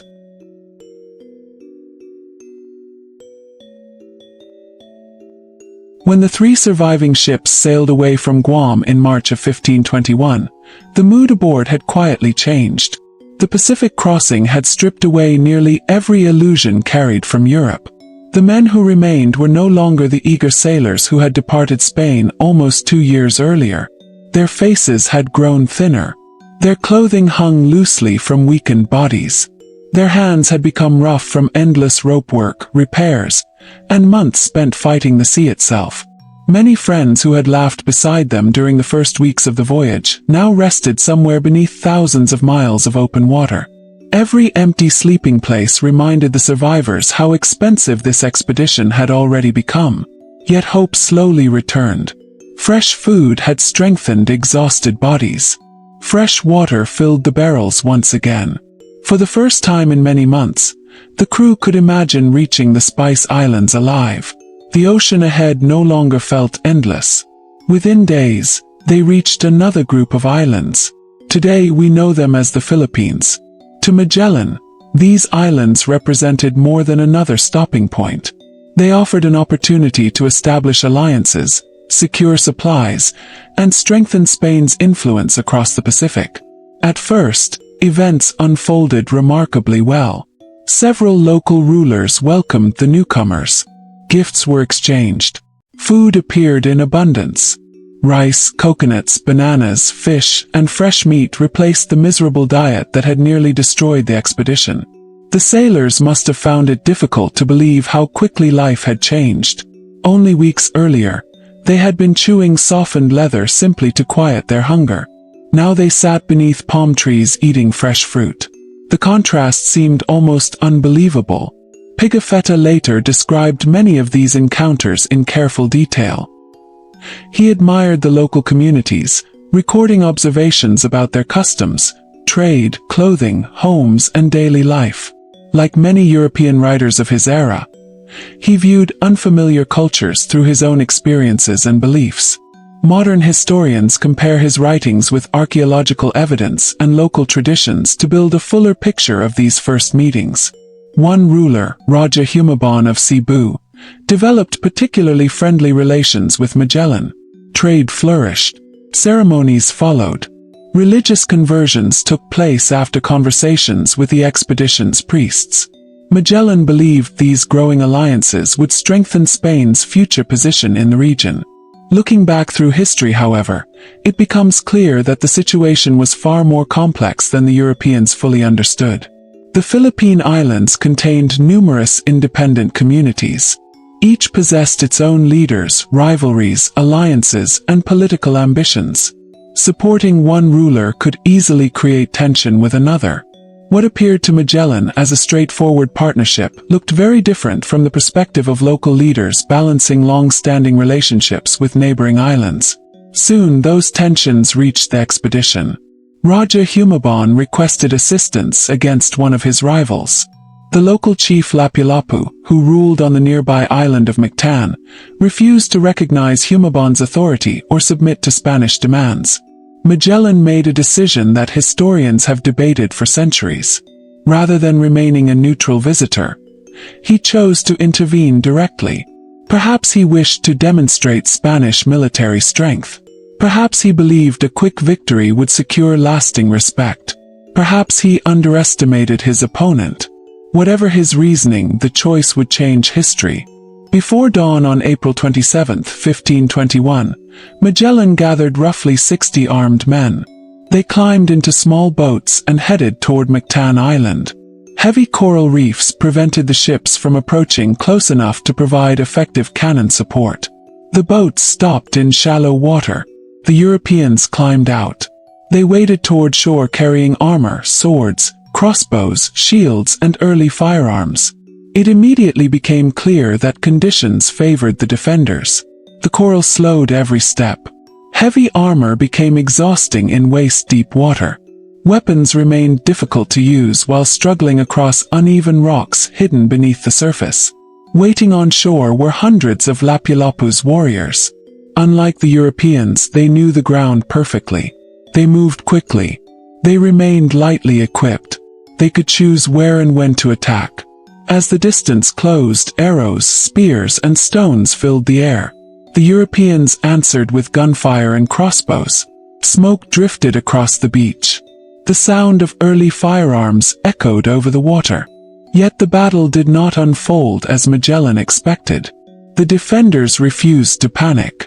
Instead, they surrounded the small Spanish force from multiple directions. Several European weapons required precious time to reload. The coral prevented organized movement. Communication became increasingly difficult. Magellan reportedly ordered some nearby homes burned, perhaps hoping the smoke would frighten his opponents. Instead, the resistance intensified. The fighting grew desperate. Many of Magellan's men had already endured nearly 2 years of disease, starvation, and hardship. They were brave, but they were also exhausted. One spear struck Magellan in the leg. The wound limited his movement. More warriors rushed forward. Pigafetta, who witnessed the battle, later described how Magellan continued defending his men while trying to organize a retreat. His priority appeared to be allowing others to escape. The attackers focused their efforts on the expedition's commander. More blows followed. Eventually Magellan fell. His surviving companions could no longer reach him. Reluctantly, they retreated toward their boats. The battle ended. The expedition had lost its leader. History often simplifies this moment by saying that Magellan died in battle. That statement is true. Yet it overlooks something important. Magellan had survived Atlantic storms, freezing winters, starvation across the Pacific, mutiny, disease, and countless navigational dangers. After all those hardships at sea, he lost his life not aboard a sinking ship, but on a tropical shoreline thousands of miles from home. The expedition suddenly faced a crisis unlike any before. Who now commanded?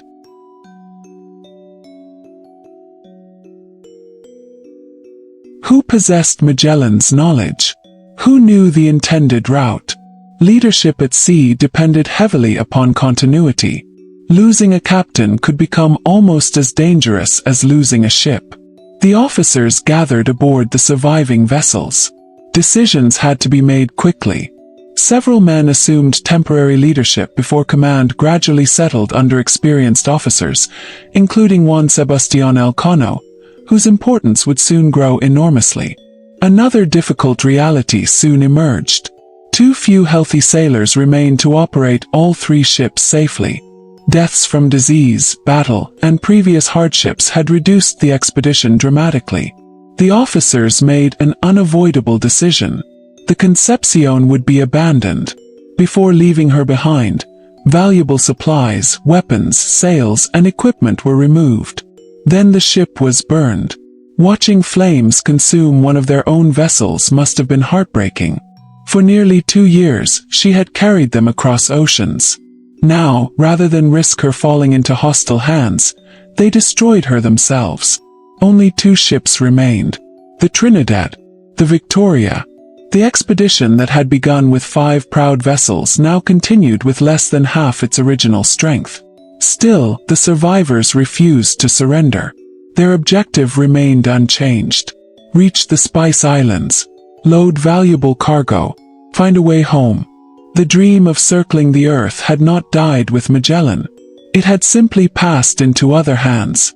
Ahead lay another remarkable chapter, one that would force the exhausted survivors to make impossible choices, divide the remaining fleet, and prove that sometimes the greatest achievement in history belongs not to the person who begins a journey, but to those who somehow find the strength to finish it. For a brief moment, the surviving members of the expedition allowed themselves a small measure of hope. They had lost their commander. They had buried friends in unfamiliar seas. They had crossed an ocean so immense that no European had imagined its true size. Their fleet had been reduced from 5 ships to only 2. And yet, remarkably, they were still moving forward. Sometimes survival itself becomes an achievement. The Trinidad and the Victoria sailed southwest through the islands, guided by local pilots and information gathered from merchants who had spent generations navigating these waters. Unlike the endless Pacific crossing, the seas here felt alive. Fishing boats crossed narrow channels. Villages lined sheltered bays.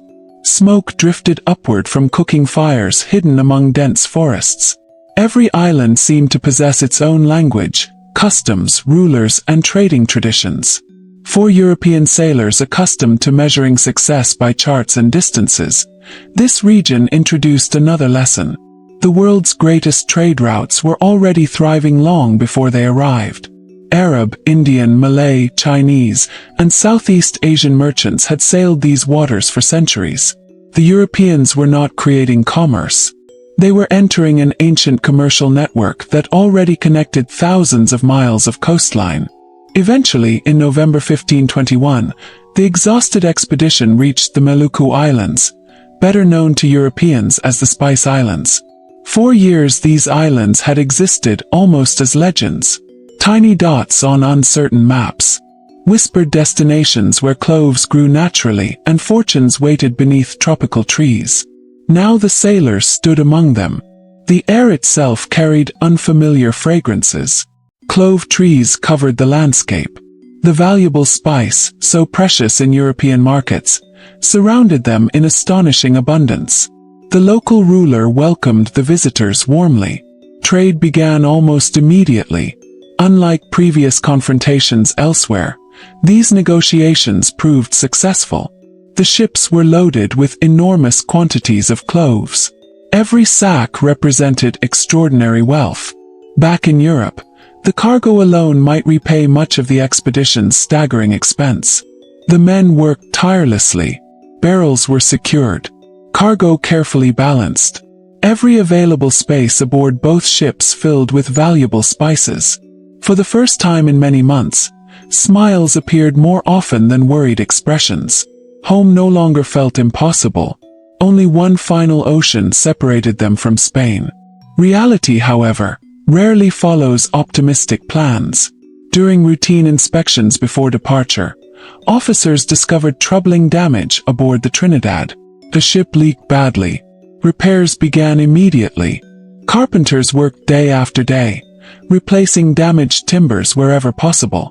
The hull improved, but not enough. The officers faced one of the hardest decisions of the entire expedition. Attempt the return voyage together and risk losing both ships, or separate. After long discussions they chose to divide. The Victoria, under the command of Juan Sebastián Elcano, would continue west across the Indian Ocean toward Africa and eventually Spain.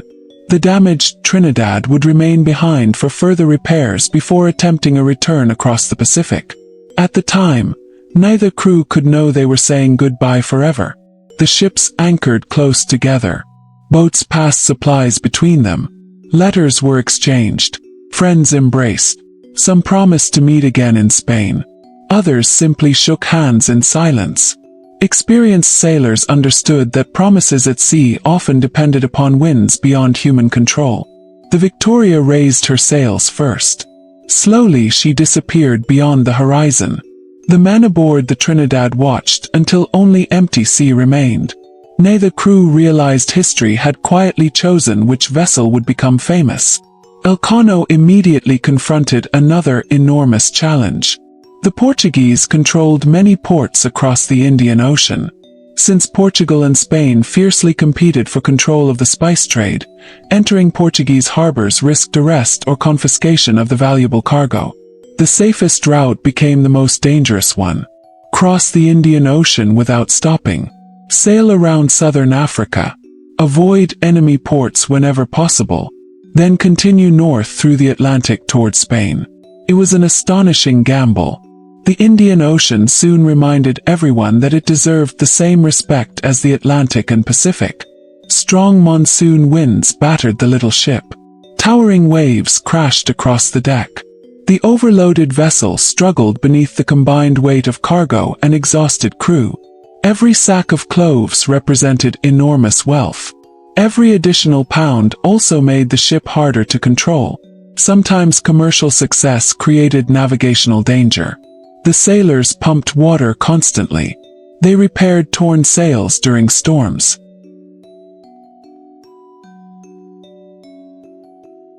They slept only in brief moments between watches. Once again, routine became survival. One rope at a time. One sail at a time. One sunrise at a time. Food gradually disappeared. Fresh supplies became scarce. Scurvy returned. The disease that had devastated the Pacific crossing quietly resumed its work. Healthy faces slowly changed. Voices grew weaker. Walking across the deck demanded increasing effort. Elcano faced difficult choices almost daily. Stopping at Portuguese ports offered food, water, and repairs. It also risked losing the entire expedition. Continuing without assistance preserved Spanish success, but endangered every life aboard. Leadership often means choosing between imperfect options. There are moments in history when every available decision carries suffering. This was one of them. Far behind them, the Trinidad finally attempted her own return voyage across the Pacific. The plan quickly unraveled. Contrary winds made progress painfully slow. The damaged ship struggled constantly. Disease spread once again. Eventually, Portuguese forces captured the vessel. Most surviving crew members became prisoners. Many never returned to Europe. The Trinidad, Magellan's flagship, disappeared into history. She would never complete the circumnavigation. Meanwhile, the Victoria continued westward alone. By now she looked nothing like the proud vessel that had departed Spain. The hull bore scars from years at sea. The sails had been repaired repeatedly. The rigging showed constant patches and replacements. The crew had become frighteningly small. Many stations aboard required one sailor to perform work originally intended for several men. Fatigue never truly ended, yet discipline held. Unlike so many later expeditions, this remarkable voyage reached its final stage without another mutiny. Shared hardship had forged something stronger than fear. Every surviving sailor understood that cooperation offered the only path home. Months later, the little ship rounded the Cape of Good Hope, where Bartholomew Diaz had disappeared years earlier. The waters remained as unforgiving as ever. Violent seas greeted them once more. The ocean seemed determined to demand one final payment before allowing anyone to return to Europe. The Victoria survived. Barely. When she finally reached the Cape Verde Islands, the crew attempted to obtain supplies while concealing where they had been. First, the plan succeeded. Then Portuguese officials noticed something impossible. The date recorded by the sailors differed by 1 day from local records. Without realizing it, the expedition had experienced the effect of traveling completely around the globe. The modern concept of the international dateline did not yet exist. Their calendars simply reflected the astonishing reality of circumnavigation.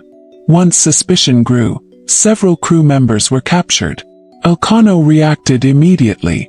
Rather than waiting, he ordered the Victoria back to sea, leaving imprisoned companions behind in order to save everyone else. It was another heartbreaking decision forced by circumstance. Finally, on September 6, 1522, nearly 3 years after departure, the Victoria sailed back into Spain. Only 18 men remained aboard from the approximately 270 who had begun the expedition. The ship itself carried enough cloves to repay much of the voyage's enormous cost. Crowds gathered along the harbor. Many struggled to recognize the survivors. Weathered, their clothing worn almost beyond repair. They looked less like triumphant explorers and more like men who had somehow escaped another world. The expedition became one of history's greatest achievements. It also became one of history's greatest lessons. Exploration demanded courage. It demanded intelligence. It demanded remarkable endurance. Above all, it demanded ordinary people willing to continue long after hope itself had grown fragile. Future generations would celebrate Magellan's vision and Elcano's determination. Yet sailors remembered something quieter. The sea never promised safe passage. It only offered the chance to earn it. And as European empires expanded across every ocean, thousands of new ships would soon follow these routes, carrying silver, gold, soldiers, merchants, and eventually enough treasure to attract an entirely new generation of men willing to kill for it. By the middle of the 16th century, the oceans had become the world's busiest highways. The discoveries of previous decades had transformed global commerce forever. Every year, larger fleets departed Europe carrying manufactured goods, soldiers, missionaries, government officials, and ambitious merchants. Months later, if fortune smiled, they returned with silver from the Americas, spices from Asia, silk from China, pearls from the Indian Ocean, and countless other treasures that filled royal treasuries beyond imagination. The sea had become the engine of empire. But every ship carrying great wealth also carried extraordinary temptation. Long before the famous pirates of the Caribbean appeared, another kind of seaborne conflict had already taken shape. Governments quietly encouraged it. Private investors financed it. Captains justified it. The line between lawful warfare and outright robbery often depended upon which flag happened to fly from the mast. Merchant ships grew steadily larger. So did the dangers surrounding them. The Spanish treasure fleets became particularly famous. Each year, enormous quantities of silver mined in modern-day Mexico and Peru crossed the Atlantic aboard heavily guarded convoys. The silver financed Spain's armies, built magnificent churches, supported royal courts, and strengthened one of the most powerful empires the world had ever seen. Protecting those cargoes became a matter of national survival. Spanish officials gradually realized that allowing treasure ships to sail independently invited disaster. Instead, vessels gathered into carefully organized fleets. Warships escorted slower merchant ships across dangerous waters. Captains followed strict schedules whenever possible. Every harbor departure required careful planning. Every delay increased risk. At first glance, these convoys appeared nearly unstoppable. Yet nature remained indifferent to military organization. Storms scattered fleets. Fog separated ships. Strong currents pushed vessels away from one another. Even the most disciplined formation could dissolve within hours once bad weather arrived. And whenever ships became isolated, opportunists paid close attention. Some attackers sailed under official authority. These men carried what became known as letters of marque, legal documents allowing privately owned ships to attack enemy commerce during wartime. England, France, the Netherlands, Spain, and Portugal all used privateers at different times. To one nation they were patriotic heroes. To another they were little better than pirates. Perspective depended almost entirely upon nationality. Ordinary sailors cared less about legal definitions. When armed strangers appeared on the horizon, the danger felt exactly the same. Merchant captains therefore lived with constant uncertainty. Every distant sail raised questions. Friend, enemy, neutral trader, privateer, pirate. No telescope could answer immediately. Many hours often passed before ships approached closely enough to identify one another. Those hours became tense. Cannons were loaded. Powder was checked. Weapons distributed. Sails adjusted either to escape or prepare for battle. Sometimes the approaching vessel proved harmless. Sometimes it did not.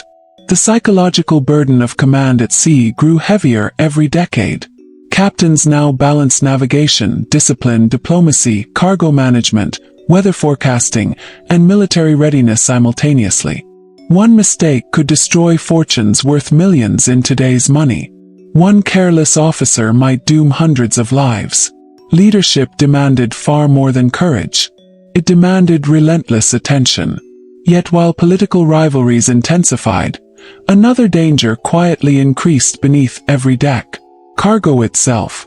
Successful trade encouraged merchants to load ships ever more heavily. Every additional barrel promised greater profit. Every extra crate increased potential income. Ship owners naturally wished to maximize returns. Captains often protested.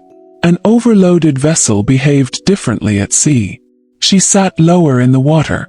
She responded more slowly to the helm. Large waves struck her with greater force. During storms, improperly secured cargo could shift unexpectedly. That movement sometimes proved catastrophic.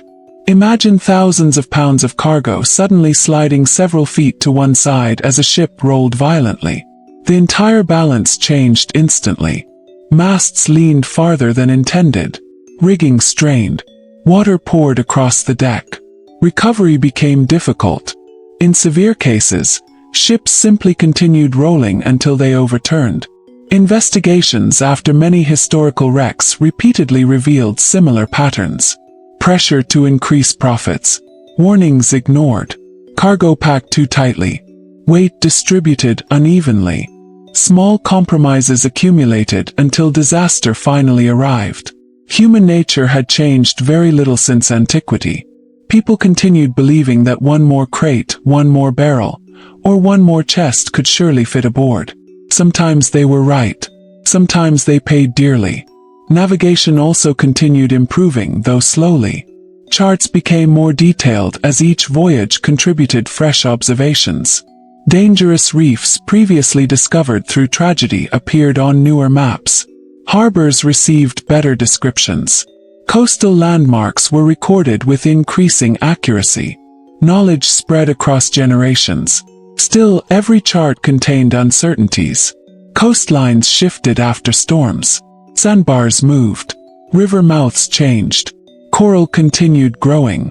The sea refused to remain perfectly predictable. Experienced navigators therefore trusted observation as much as paper. Chart offered guidance. Reality always received the final vote. Life aboard merchant ships remained physically exhausting despite technological progress. The bell marked watches throughout day and night. Sailors climbed towering rigging regardless of weather. Canvas weighing hundreds of pounds had to be reefed during storms. Hands bled from rough hemp ropes.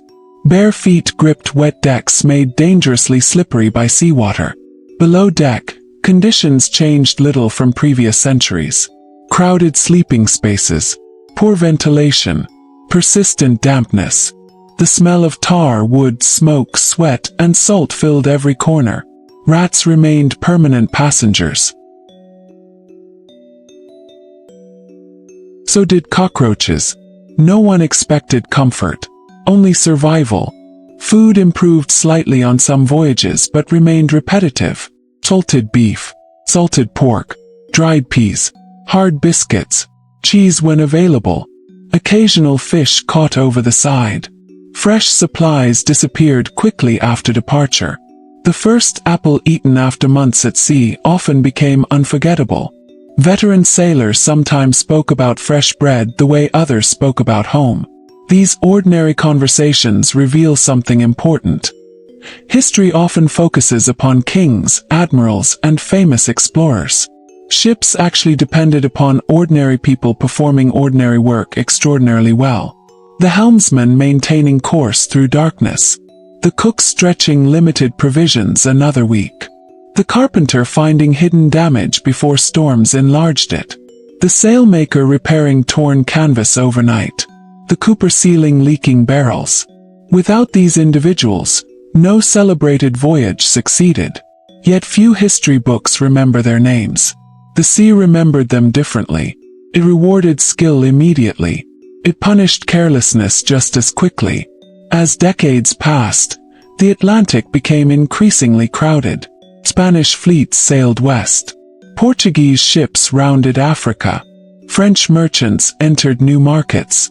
English expeditions searched for opportunities wherever rivals appeared vulnerable.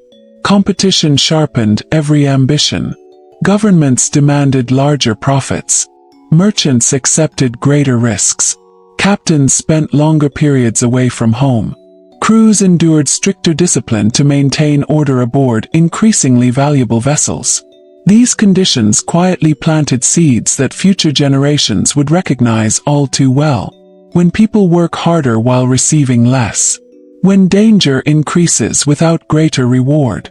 When officers appear to enjoy privileges denied to everyone else. Resentment grows. Not loudly. Not immediately. Silently. Like a slow leak beneath the waterline. The ship still sails. The crew still obeys. Daily routines continue. From the outside, everything appears perfectly normal. Only those living aboard notice the subtle changes. The whispered conversations after sunset. The suspicious glances toward the officers' cabins. The careful counting of food rations. The growing belief that sacrifice is no longer being shared equally. Long before cannons fired or swords left their scabbards, many of history's greatest mutinies began exactly this way. Not with anger. With disappointment. The oceans were becoming richer than ever before. Empires had never seemed more confident. Treasure crossed the seas in astonishing quantities. Yet beneath the polished decks and fluttering royal flags, invisible pressures continued building. Before another century had passed, one of history's greatest treasure fleets would meet catastrophe on an astonishing scale. Not because of mutiny, not because of pirates, but because the sea itself would remind an empire that wealth offered no protection against wind, waves, and hidden reefs.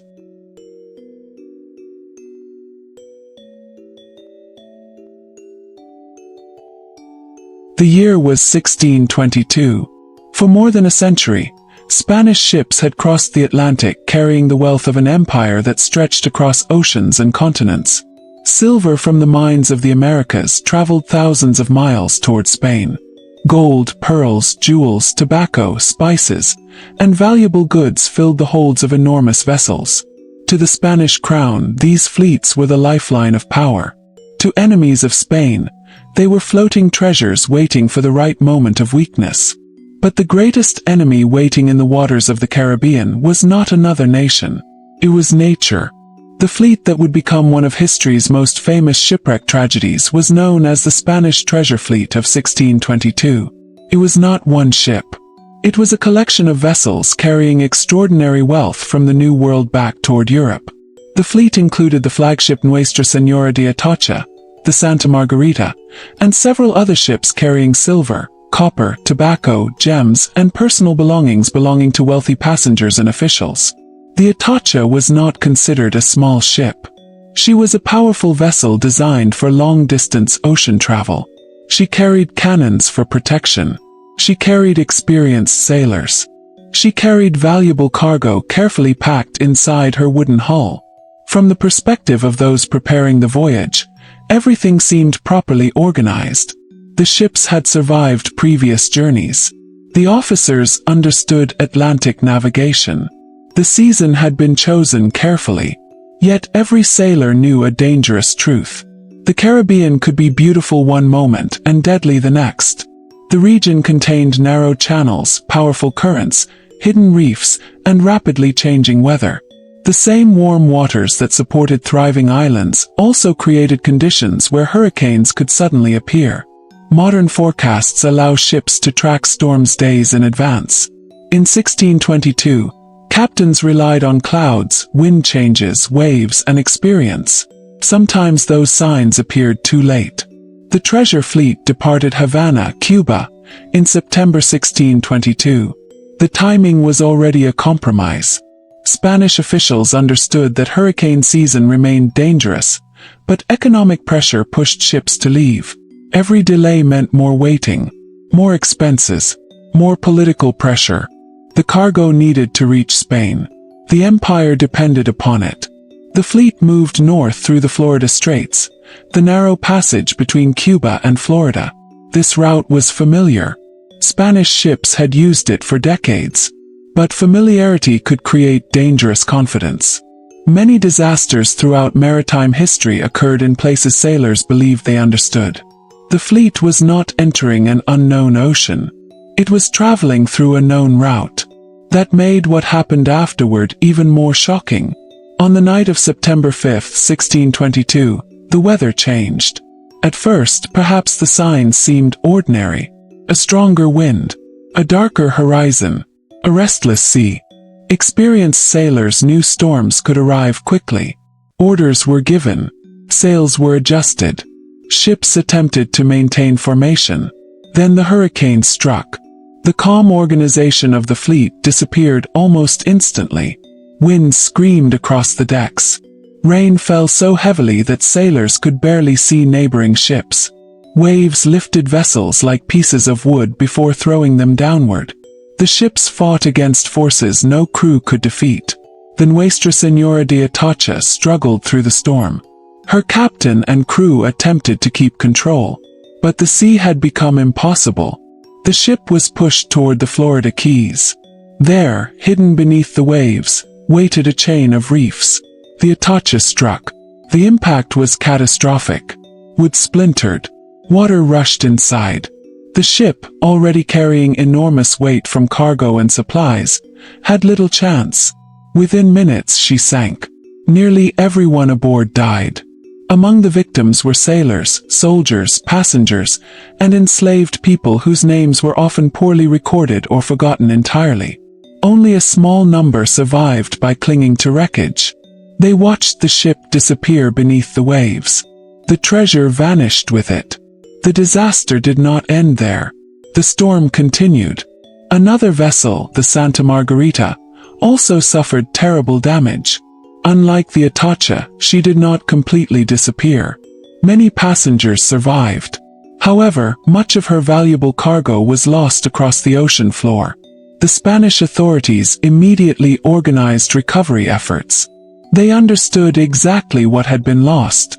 This was not merely a maritime accident. It was an economic disaster.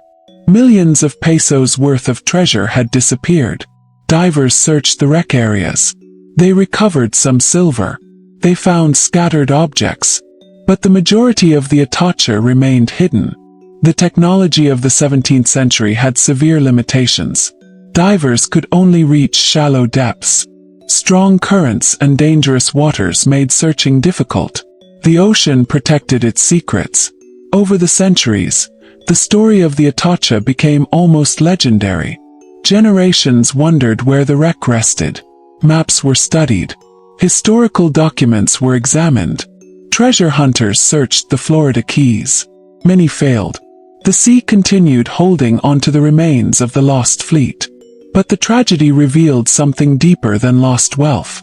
The Atocha disaster demonstrated the vulnerability of even the most powerful empires. Spain controlled enormous territories. It possessed experienced sailors. It commanded advanced ships. Yet a single hurricane could erase centuries of ambition within hours. The ocean did not recognize political power. It did not respect wealth. A king's treasure and a sailor's wooden tool faced the same storm. Both could disappear beneath the waves. The disaster also showed how decisions made far from the sea could place sailors in danger. Officials wanted treasure delivered quickly. Merchants wanted profits protected. Captains carried the responsibility. Sailors carried the consequences. This pattern appeared repeatedly throughout maritime history. The people making the decisions were often hundreds or thousands of miles away from the dangers those decisions created. A delayed shipment affected governments. A dangerous departure affected human lives. The sailors aboard these vessels were not simply figures in a historical event. They were individuals. Someone aboard the Atocha had a family waiting in Spain. Someone had written letters before departure. Someone had dreams of returning wealthy. Someone may have imagined future years spent safely on land. Instead, their story ended in darkness beneath the Caribbean Sea. For centuries, the wreck remained a silent grave. The ocean slowly covered what remained. Corrosion attacked metal. Wood disappeared. Sand shifted with currents. Fish moved through the broken remains. Time transformed a magnificent Spanish treasure ship into an underwater archaeological site. Then, centuries later, technology and persistence would bring the Atocha story back into human memory. In the 20th century, explorers began searching for the legendary wreck with new tools. Magnetometers, diving equipment, detailed historical research. The search required years of patience. Countless false discoveries came before success. But eventually, the lost treasure ship was found. The discovery revealed something extraordinary. The wreck contained silver bars, gold objects, coins, and personal items that had remained untouched beneath the sea for more than 300 years. Yet the greatest value of the discovery was not the treasure itself. It was the connection to the people who had sailed aboard her. Objects recovered from the wreck told quiet stories. A ring, coin, piece of equipment, personal belonging. Small reminders that history was not only about empires and wealth. It was about human beings living ordinary lives inside extraordinary circumstances. The Atocha became a symbol of maritime tragedy. But it was also a reminder. Every shipwreck is a frozen moment. A final chapter written suddenly. A record of decisions, hopes, mistakes, and survival. And as we continue through history, we will encounter another type of disaster. Not caused by storms. Not caused by hidden reefs. But by something much closer. Human conflict. Because sometimes the greatest danger aboard a ship does not come from the ocean outside. Sometimes it begins among the people standing on the deck. The ocean has always carried two different kinds of danger. One comes from nature. Storms, reef, currents, the endless power of water and wind. The other comes from human beings themselves. Anger, greed, fear, ambition. And sometimes, the moment when a crew decides that obedience is no longer possible. A ship is a unique world. A small floating society separated from every nation on earth. The captain commands. The officers organize. The sailors work. Everyone depends upon everyone else. A broken relationship aboard a ship is far more dangerous than a disagreement on land because there is nowhere to escape. No streets to walk away. No nearby authorities. No easy way to replace leadership. Only the same wooden walls, the same ocean, and the same people facing each other day after day. This is why mutiny has always been one of the most fascinating and frightening events in maritime history. A mutiny is not simply a disagreement. It is a complete challenge to authority. It means ordinary sailors decide that the person giving orders no longer deserves obedience. Sometimes mutiny begins because of cruelty. Sometimes because of hunger. Sometimes because officers abuse power. Sometimes because sailors believe a commander is leading them towards certain death. And sometimes, as history shows repeatedly, mutiny begins because human beings under extreme pressure eventually reach a breaking point. One of the earliest famous examples occurred aboard a ship carrying a name that would become legendary, the Batavia. The story of the Batavia was not only a shipwreck. It was a story of survival, fear, betrayal, and one of the darkest episodes in the history of maritime disasters. The ship belonged to the Dutch East India Company, one of the most powerful commercial organizations the world had ever seen. Known as the VOC, the company controlled enormous trading networks connecting Europe with Asia. Its ships carried spices, textiles, precious metals, and valuable cargo across dangerous oceans. The company was wealthy beyond imagination. But behind the impressive trade empire were thousands of ordinary sailors, soldiers, merchants, and workers who endured difficult voyages lasting months or even years. The Batavia was built for this world. She was a large merchant vessel designed to travel between the Netherlands and the Dutch colonies in Asia. In October 1628, the ship departed from the Netherlands bound for Batavia, the Dutch colonial capital in modern-day Jakarta, Indonesia. On board were hundreds of people: sailors, soldiers, passengers, company officials. The voyage carried not only cargo but also people hoping for new opportunities across the world. Among those aboard was a man named Hieronymus Cornelis. He was not the ship's captain. He was a senior merchant employee. But history would remember him for a very different reason. The Batavia's commander was Francisco Pelsaert, an experienced VOC officer. From the beginning, tensions existed among some passengers and crew.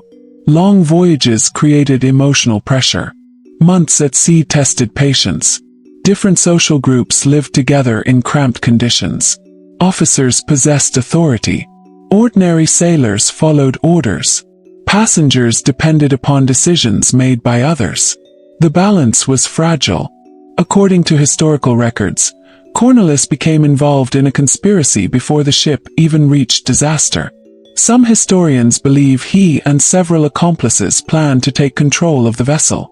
The exact details remain debated, but the evidence suggests that dissatisfaction and ambition had already begun spreading among a small group. Then the ocean intervened. In June 1629, while sailing near the western coast of Australia, the Batavia struck a reef in the Abrolhos Islands. The impact was devastating. The ship broke apart. Water rushed through the damaged hull. Chaos spread across the deck. Unlike some shipwrecks where the entire vessel disappears quickly, the Batavia disaster unfolded in stages. Many passengers and crew members survived the initial wreck. They escaped onto nearby islands. First, this seemed like a miracle. They had survived the sinking. They had reached land. But the island offered little comfort. There was almost no fresh water. Food was limited. The environment was harsh. The survivors were stranded far from civilization. Hope depended upon rescue. Fortunately, Captain Pelsaert and several officers managed to reach another vessel and began searching for help. They eventually decided to sail toward Batavia for assistance. This meant leaving hundreds of survivors behind. It was an extremely difficult decision. But without help, everyone might die. The journey for rescue would take weeks. And during those weeks, something terrible happened. The survivors left behind needed leadership. They needed cooperation. They needed someone trustworthy. Instead, they received something very different. Hieronymus Cornelis saw an opportunity. With Captain Pelsaert gone, the normal chain of command had collapsed. Fear replaced order. Cornelis gradually gained influence over a group of armed followers. At first, his control may have appeared like an attempt to maintain discipline, but it soon transformed into something much darker. Historical investigations describe how Cornelis and his supporters began eliminating anyone they considered a threat. They targeted potential opponents. They murdered survivors. They attempted to create a community controlled entirely by fear. The situation became one of the most disturbing examples of how quickly social order can collapse when people are isolated from the outside world. The island became a place where survival was no longer only about finding food and water. It became a struggle between those trying to preserve humanity and those willing to destroy others for power. Some survivors resisted. A group led by soldier Weeb Hayes occupied another nearby island.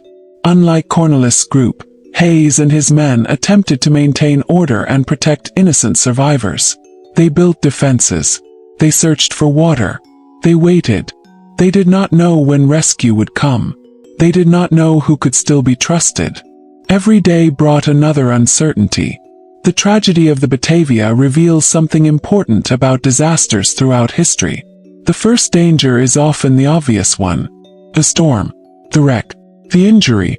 But after the immediate crisis passes, a second challenge begins. Human behavior. When normal systems disappear, people must decide what kind of society they will create. Some choose cooperation. Others choose domination. The Batavia survivors experienced both extremes on tiny pieces of land surrounded by endless ocean. Meanwhile, Captain Pelsert eventually reached Batavia and gathered a rescue mission. He returned to the wreck site months later. What he discovered shocked him. Bodies, broken settlements, survivors divided by fear, community destroyed from within. The rescue mission quickly became an investigation. The Dutch authorities could not ignore what had happened. The crimes committed after the wreck were considered severe violations of company law and basic order. Cornelis and several others were arrested. Many were executed. Others were punished according to their involvement. The Batavia story became famous throughout Europe. Not because it involved treasure, not because it changed trade routes, but because it revealed a frightening question. What happens when civilization disappears? The answer is not simple. The same conditions that brought out cruelty also revealed extraordinary courage. Some people protected strangers. Some shared limited resources. Some risked their own lives to save others. The disaster contained both the darkest and strongest parts of human nature. And that pattern would appear again and again throughout maritime history. A shipwreck creates more than physical destruction. Creates a test of leadership, test of loyalty, a test of whether people remain connected to the values they followed on land. The Batavia became one of history's clearest reminders that survival is not only about defeating the ocean. Sometimes the greater challenge is surviving one another. And decades later, another famous voyage would reveal an even more familiar pattern. A respected commander, a distant island, a crew pushed to exhaustion, and a rebellion that would become one of the most famous mutinies ever recorded. The story of mutiny has always carried a strange fascination. People often imagine rebellion at sea as a dramatic moment. A sailor suddenly drawing a weapon. A captain facing an angry crowd. A ship changing direction beneath a black flag. But most mutinies do not begin that way. They usually begin quietly. A complaint whispered during a night watch. A group of sailors sharing the same frustration. A feeling that the people in command no longer understand the suffering of those following their orders. On a ship, small disagreements can become dangerous because everyone is trapped together. There is no distance, no private space, no easy escape. The same faces appear every morning. The same arguments repeat. And when exhaustion enters the situation, patience becomes fragile. By the late 18th century, European naval powers had created enormous fleets that crossed every major ocean. Ships were larger. Navigation was improving. Governments possessed more accurate charts. Yet the human problems aboard ships remained almost unchanged. Strict discipline, unequal treatment, difficult living conditions, long periods away from home. These pressures created the perfect environment for conflict. One voyage would become the most famous example in maritime history. The story of HMS Bounty. The Bounty's voyage began not as a military mission, but as a scientific and economic expedition. In 1787, the British government and the Royal Navy organized a journey to the Pacific Ocean. The purpose was unusual. The ship would travel to Tahiti, collect breadfruit plants, and transport them to the Caribbean. British officials hoped breadfruit could become a cheap food source for enslaved workers on plantations. The mission required a skilled commander. That commander was William Bligh. Bligh was an experienced navigator. Before commanding the Bounty, he had served as a sailing master aboard HMS Resolution during Captain James Cook's final expedition. He possessed valuable knowledge of Pacific navigation. He was not an inexperienced sailor. However, His personality and leadership style would become the center of one of history's greatest maritime controversies. The Bounty itself was a relatively small vessel compared with the enormous ships used for major naval battles. She carried a crew of about 44 men. The journey began normally. The ship departed England in December 1787. Almost immediately, the expedition faced difficulty. The original plan required sailing around Cape Horn, the dangerous southern route around South America. The attempt failed. The weather proved too severe. Violent storms prevented progress. After repeated struggles, Bligh changed course and sailed eastward around Africa instead. This decision added thousands of miles to the voyage. The delay increased pressure on everyone aboard. Long ocean journeys were not simply tests of navigation. They were tests of human endurance. The crew lived in cramped spaces. They worked long hours. They depended completely upon the captain. Every decision mattered. When the Bounty finally reached Tahiti in October 1788, the crew had spent months battling difficult conditions. The island seemed almost like another world. After the darkness and hardship of the ocean, Tahiti appeared peaceful. Green landscapes, warm weather, abundant food, friendly communities. The sailors remained there for several months while collecting breadfruit plants. During this extended stay, many crew members became deeply attached to island life. The contrast between Tahiti and a British naval ship was enormous.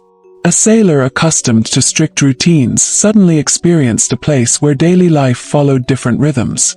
Climate was pleasant. Food was plentiful. Relationships formed.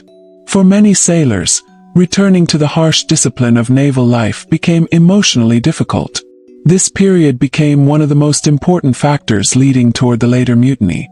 The human mind adapts quickly. After months of hardship, comfort feels even more valuable. Leaving comfort behind can feel like losing something precious. When Bligh finally ordered the Bounty to depart Tahiti in April 1789, some crew members struggled with the transition. They were returning to months of ocean travel, strict schedules, limited food, military discipline. The peaceful island was disappearing behind them. The ship was moving back toward uncertainty. Among those aboard was Fletcher Christian, the master's mate. Christian came from a respectable family and had sailed under Bligh before. Initially, the two men had a working relationship, but over time tensions developed. The exact reasons remain debated by historians. Some accounts portray Bligh as excessively harsh. Others argue that later stories exaggerated his cruelty. The truth is likely more complicated. Bligh could be demanding. He frequently criticized officers and sailors. He expected high standards. In an era when naval discipline could be severe, his behavior was not unusual. However, personality conflicts aboard a small ship could become extremely intense. A captain who believes he is maintaining order may appear cruel to those receiving constant criticism.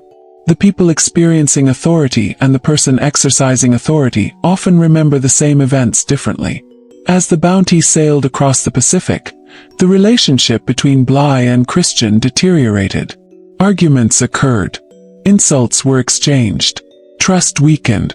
The ship continued moving, but something invisible had changed. The crew noticed. On a vessel where everyone depends upon cooperation, tension spreads quickly.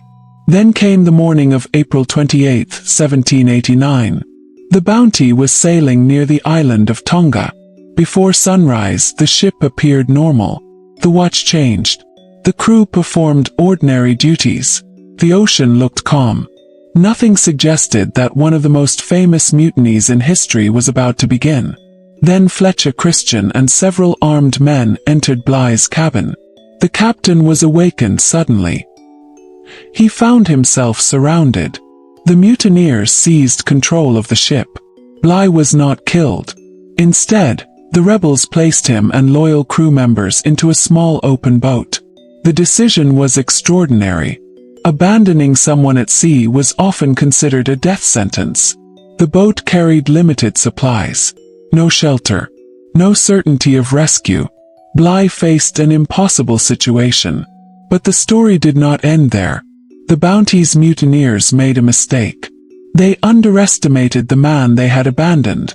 Bligh possessed extraordinary navigational skill.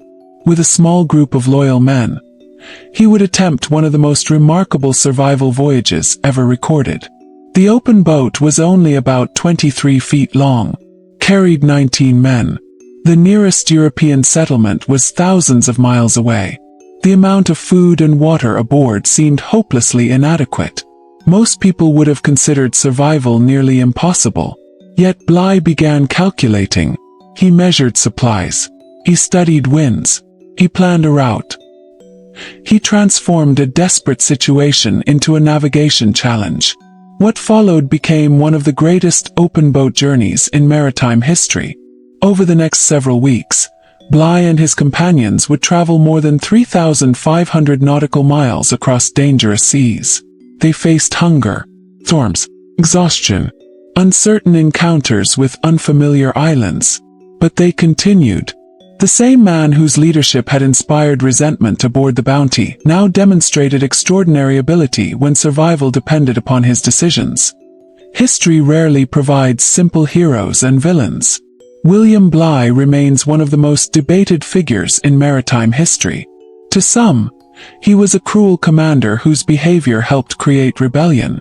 To others, he was a brilliant navigator who survived an almost impossible ordeal. Both images became part of the legend. The mutiny of the Bounty would continue to echo for centuries. It would inspire books, films, and endless debates about leadership and justice. But beyond the famous names, the story revealed something much larger. A ship is not held together only by wood, rope, and iron. It is held together by trust. When trust disappears, even the strongest vessel can break apart without a storm. And as Bligh fought for survival across thousands of miles of ocean, the remaining mutineers aboard the Bounty began searching for a place where they could disappear forever. They would find an isolated island, a hidden refuge, and a future that would become almost as dramatic as the rebellion itself. The small open boat moved away from the Bounty slowly. For the men left aboard, the moment must have felt unreal. Only hours earlier, they had been members of a Royal Navy expedition. They had possessed a ship, commander, destination. Now they sat inside a wooden boat barely large enough for the people crowded within it. The vast Pacific surrounded them. The Bounty disappeared toward the horizon with Fletcher Christian and the other mutineers aboard. Behind them was the uncertainty of the ocean. Ahead was uncertainty of another kind. Captain William Bligh looked at the supplies placed inside the boat. Small amount of food, a limited supply of water, few navigation instruments, some weapons. Nothing that suggested survival was likely. 19 men depended on his decisions. The smallest mistake could kill everyone. Yet Bligh did something remarkable. He immediately returned to the skill that had defined his career: navigation. He did not waste time with anger. He did not allow panic to control him. He calculated. He observed. He planned. The open boat had no protection from the Pacific. The men were exposed to sun, rain, and waves. There was almost no room to move.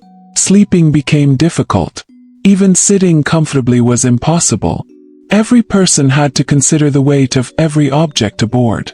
A single unnecessary item could reduce their chances of survival. The first challenge was food. Bligh divided the remaining provisions carefully. Every portion was measured. Every drop of water was considered valuable. Some men probably looked at the tiny rations and wondered whether they would last even a few days. Bligh, however, had a different understanding. He knew that survival depended not only on supplies but also on discipline. Without order, the food would disappear quickly. Without cooperation, the boat would become a place of conflict. The same leadership style that had created resentment aboard the Bounty now became the reason these men remained alive. The first days were terrifying. The open boat battled waves that seemed enormous compared with their fragile craft. The men used every bit of strength to keep it upright. Rain became both a danger and a blessing. Heavy storms threatened to overturn the boat. But collected rainwater provided precious drinking supplies. The sailors worked constantly. There was no true rest. One group rowed while others attempted to sleep. Then they changed positions. The rhythm continued. Whoa, rest, prepare, repeat. The Pacific that had already tested Magellan's expedition now tested Bligh in an entirely different way. Magellan had crossed the ocean with ships. Bligh attempted survival with almost nothing. The distance ahead seemed impossible. The nearest European settlement was thousands of miles away. Many abandoned sailors throughout history would have simply accepted their fate. Bligh refused. He chose a route that would become legendary.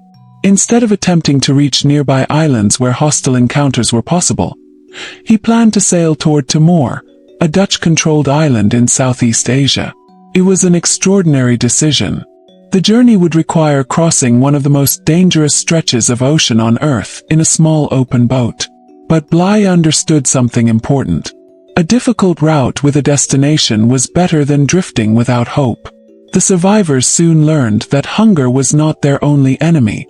The tropical sun burned exposed skin. Salt water created painful wounds. Clothing deteriorated. The constant movement of the boat exhausted already weakened bodies. Some men became sick. Others struggled emotionally. Fear returned during quiet moments. At night, when the stars appeared above them and the ocean became endless darkness, the reality of their situation became impossible to ignore. They were completely alone. No nearby ships. No familiar coastline. No guarantee anyone would find them. Yet every morning Bligh continued taking measurements. He recorded their position. He studied currents. He adjusted their course. The survivors later described his extraordinary attention to detail. He understood that navigation was not merely a scientific task. It was their only chance.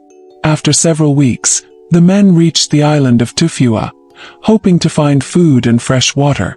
The island offered temporary relief, but the encounter became dangerous. Local inhabitants attacked the group, and one of Bligh's companions, John Norton, was killed while trying to help the boat escape. The incident reinforced a difficult truth. Even land could be dangerous. Survival required judgment. A seemingly helpful shore could become a threat.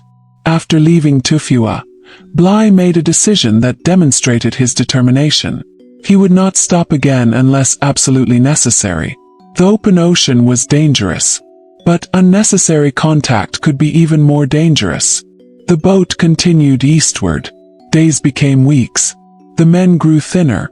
Their clothing became worn. Their bodies weakened. Still, the boat moved forward. One of the most impressive aspects of Bligh's journey was the distance covered. From the place where he was abandoned near Tonga, the survivors traveled approximately 3,600 nautical miles before reaching safety. This remains one of the greatest open-boat voyages ever recorded. To understand the scale, imagine being placed in a small wooden vessel with no shelter and asked to cross a distance greater than the width of many countries. Every day would involve uncertainty. Every night would involve fear. Every decision would matter. Bligh's navigation became a masterpiece of 18th-century seamanship. He used a sextant to determine position. He estimated currents. He tracked winds. He calculated distances with remarkable accuracy. The men survived not because conditions were easy. They survived because knowledge and discipline remained alive inside that small boat. Eventually, after more than 40 days at sea, they reached the Dutch settlement of Kupang on Timor. The sight of land must have seemed impossible. After weeks of endless water, a coastline represented something almost magical. The survivors had made it. They stepped onto land exhausted, starving, and changed forever. Many people would have considered the journey impossible. But Bligh had proven that skill could overcome incredible odds. When news of the voyage reached Britain, public attention exploded. A captain abandoned at sea surviving thousands of miles in an open boat was an extraordinary story. But the Bounty itself remained missing. The mutineers had escaped. The Royal Navy wanted answers. Where had they gone? Why had they rebelled? Would they ever be found? The search for the mutineers would become another remarkable chapter in maritime history. After leaving Bligh behind, Fletcher Christian and his followers faced their own problems. A stolen ship could not simply sail anywhere. The Bounty was recognizable. The mutineers could not safely return to Britain. They could not openly enter many ports. They needed a place where they could disappear. Their solution was an island already known from earlier Pacific voyages. A remote place far from European authorities. An island surrounded by thousands of miles of ocean. They chose Pitcairn Island. First, the choice seemed perfect. The island was isolated. Few ships passed nearby. European governments would struggle to locate them. But isolation came with another price. A small group of people carrying fear, guilt, and unresolved conflict into a remote environment could create its own dangers. The mutineers had escaped the Royal Navy. They had escaped the law. But they could not escape human nature. The story of the Bounty did not end with the rebellion. In many ways, the mutiny was only the beginning. Because the true tragedy of the Bounty would unfold not during the dramatic seizure of the ship, but years later, on a lonely island where survival, leadership, and morality would once again be tested. And while the world searched for the missing mutineers, another ocean disaster was quietly developing thousands of miles away. One that would become a symbol of human arrogance, technological ambition, and the belief that some ships were simply too powerful to sink.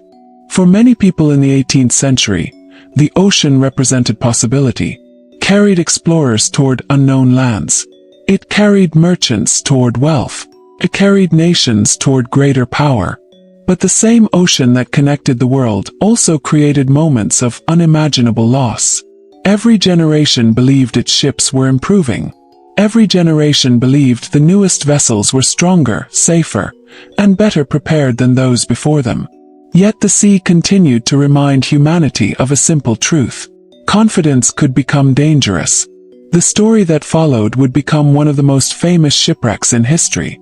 Not because it carried treasure, not because it disappeared during a war, but because millions of people believed it represented the future of travel. A ship built with advanced technology. A ship designed with luxury and strength. A ship many believed was almost impossible to destroy. Her name was HMS Titanic. More than a century after her sinking, the Titanic remains one of the most studied maritime disasters ever recorded.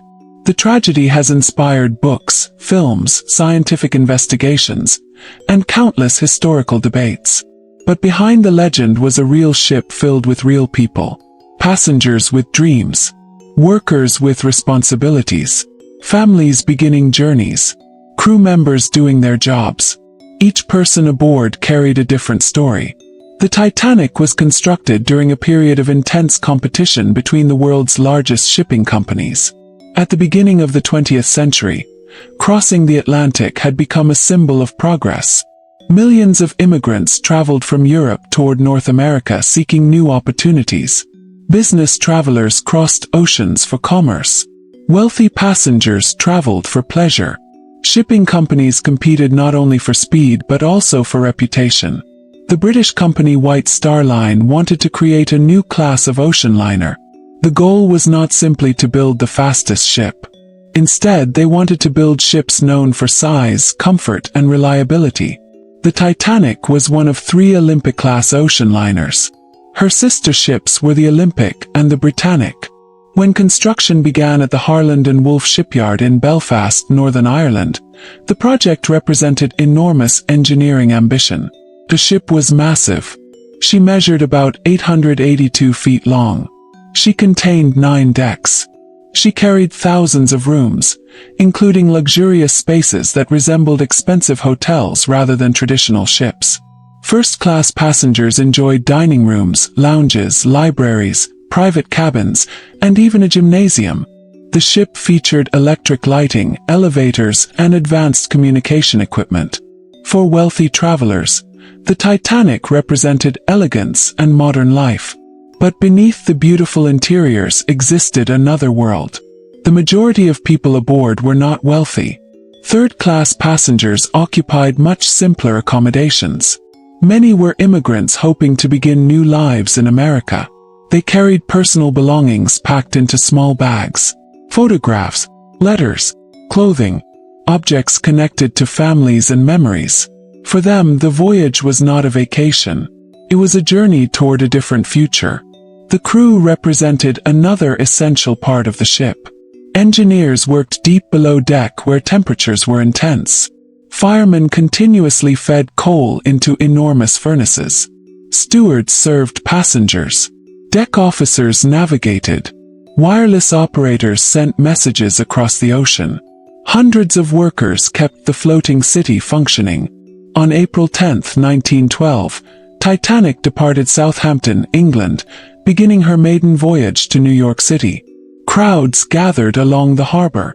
The ship represented achievement, a demonstration of what human engineering could accomplish.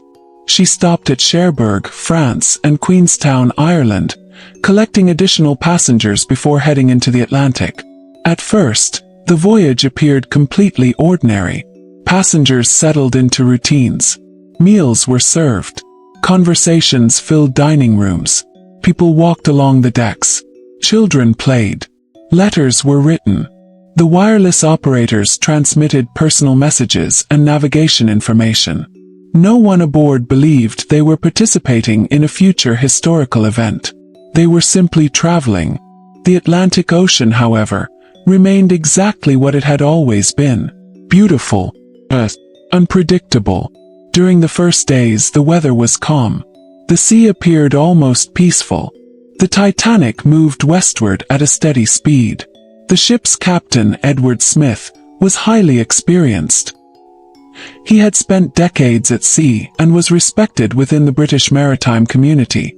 This voyage was expected to be his final command before retirement.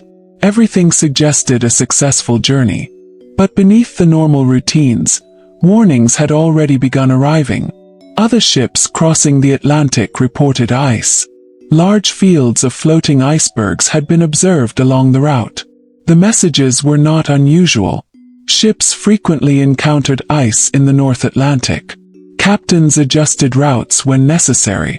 However, communication systems of the time were still developing.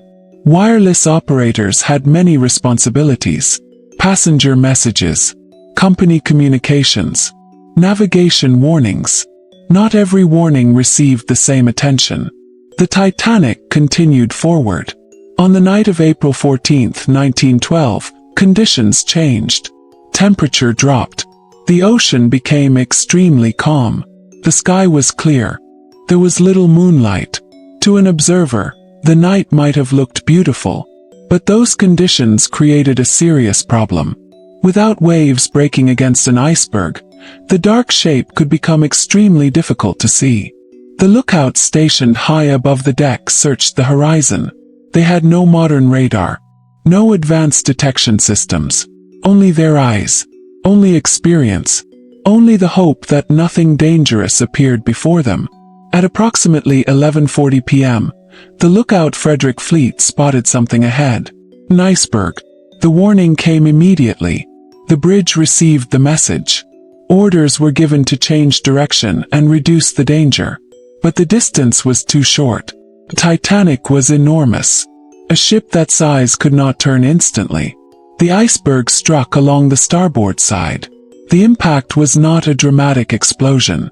Many survivors later described it as a strange scraping sound. Vibration. A feeling that something unusual had happened. At first, some passengers did not even realize the seriousness of the situation. The ship was considered incredibly strong. Many believed a vessel of such size could survive almost anything. But inside the ship, water was already entering. The damage affected several compartments. The Titanic had been designed with a system intended to limit flooding. However, the damage extended beyond what the designers had expected. The ship's fate was beginning to change.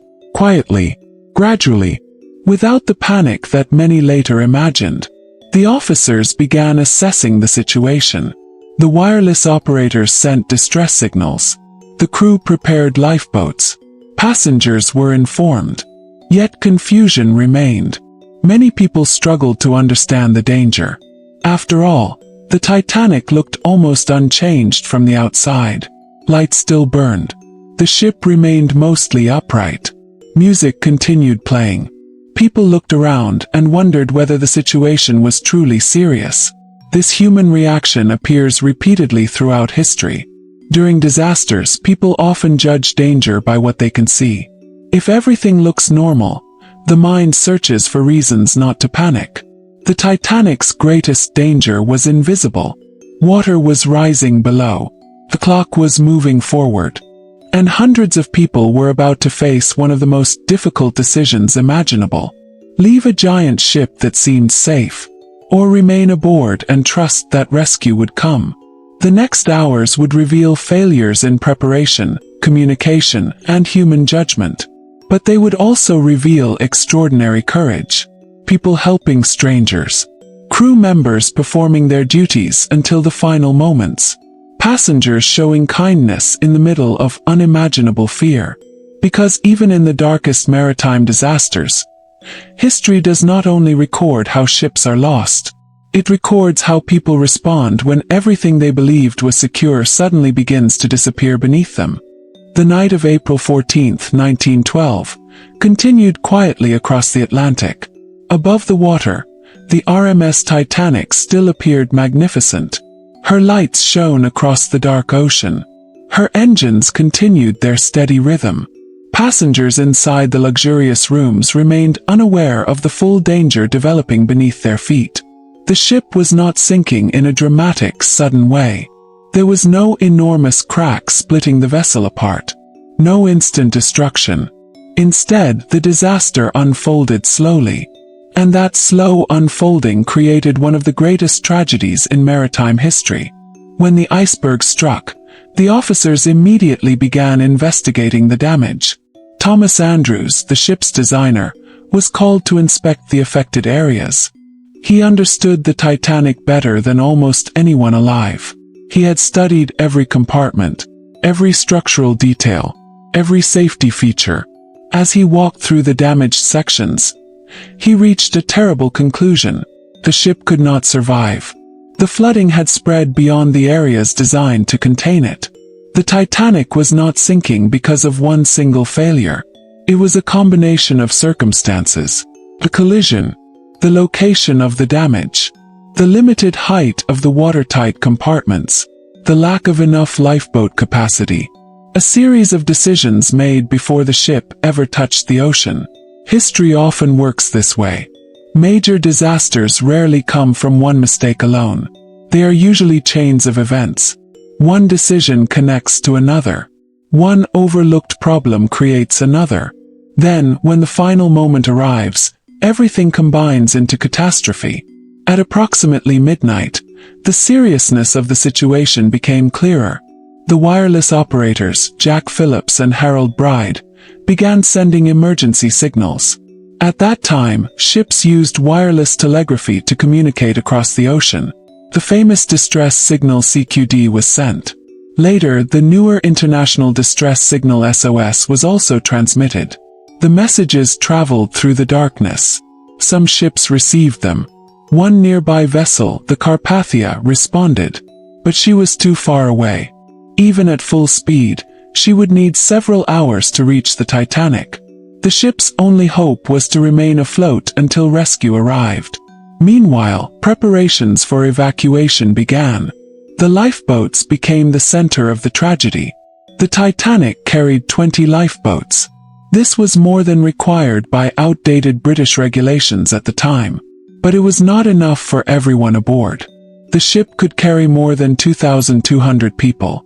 The lifeboats had space for roughly 1,178. More than 1,000 people would have no place. This decision remains one of the most discussed aspects of the disaster. The Titanic was considered advanced. She carried many safety features. Yet the very confidence surrounding the ship contributed to a dangerous assumption. Many believed that a major emergency requiring complete evacuation was unlikely. The ship had been designed with the idea that she could survive serious damage. The possibility that she would be lost entirely received far less attention. Aboard the Titanic, confusion spread slowly. Many passengers did not immediately understand the danger. Some hesitated to leave the warmth and comfort of the ship. Imagine the scene. Person is awakened during the night. They are told to put on a life jacket. They step outside. The ocean air is freezing. The ship appears stable. The lights are still glowing. The music is still playing. Would you immediately believe that the enormous ship beneath you was about to disappear? Human beings naturally struggle to accept impossible situations. The mind searches for explanations. Perhaps it is only a precaution. Perhaps the ship will be repaired. Perhaps rescue will arrive soon. This hesitation affected evacuation. Some lifeboats left partially filled. The first lifeboat launched carried only about 28 people despite having capacity for more. As the night continued, officers worked to organize the evacuation. The phrase, "women and children first," became the guiding principle. In many cases this order was followed. Women and children were given priority. Many male passengers remained behind. Some accepted their fate calmly. Others protested. Families faced heartbreaking choices. Husbands said goodbye to wives. Parents held children tightly. Friends separated without knowing whether they would ever meet again. These personal moments often disappear behind the larger statistics. The Titanic disaster is remembered as a number. More than 1,500 people died. More than 700 survived. But every number represented a person, name, family, a life interrupted. Among the passengers were famous and wealthy individuals. John Jacob Astor IV, one of America's richest men, was aboard with his pregnant wife Madeline. Benjamin Guggenheim, another wealthy businessman, remained behind after helping others escape. Isidore and Ida Strauss, owners of the department store Macy's, were also aboard. According to survivor accounts, Ida refused to leave her husband. Their story became one of the most remembered examples of devotion from the disaster. But the Titanic was not only a tragedy of wealthy passengers. Many third-class passengers suffered greatly. Language barriers, unfamiliar ship layouts, and limited access to upper decks created additional difficulties. Some third-class travelers struggled to reach the lifeboats. Their experiences revealed social inequalities that existed even during disaster. The ship's crew also faced impossible responsibilities. Engineers remained below deck keeping systems running. They knew their chances of survival were decreasing, yet they continued working. The musicians gathered in the first-class area and played music. Exactly what songs were performed remains debated. But many survivors remembered the musicians continuing as passengers waited. Their purpose was not to stop the sinking. They could not. Their purpose was to provide calm during terror. This small act became one of the most powerful symbols of courage from that night. As the hours passed, the Titanic's angle became more noticeable. The bow sank lower. The stern rose higher. The ocean approached. The reality that had seemed impossible became undeniable. The ship was dying. At around 2 a.m., most lifeboats had been launched. Hundreds of people remained on board. The final moments were filled with confusion, fear, and bravery. Some passengers prayed. Some searched for loved ones. Some simply stood quietly, accepting what was happening. At 2:20 a.m. on April 15, 1912, the Titanic disappeared beneath the Atlantic Ocean. The largest passenger ship of its time was gone. The silence afterward must have been overwhelming.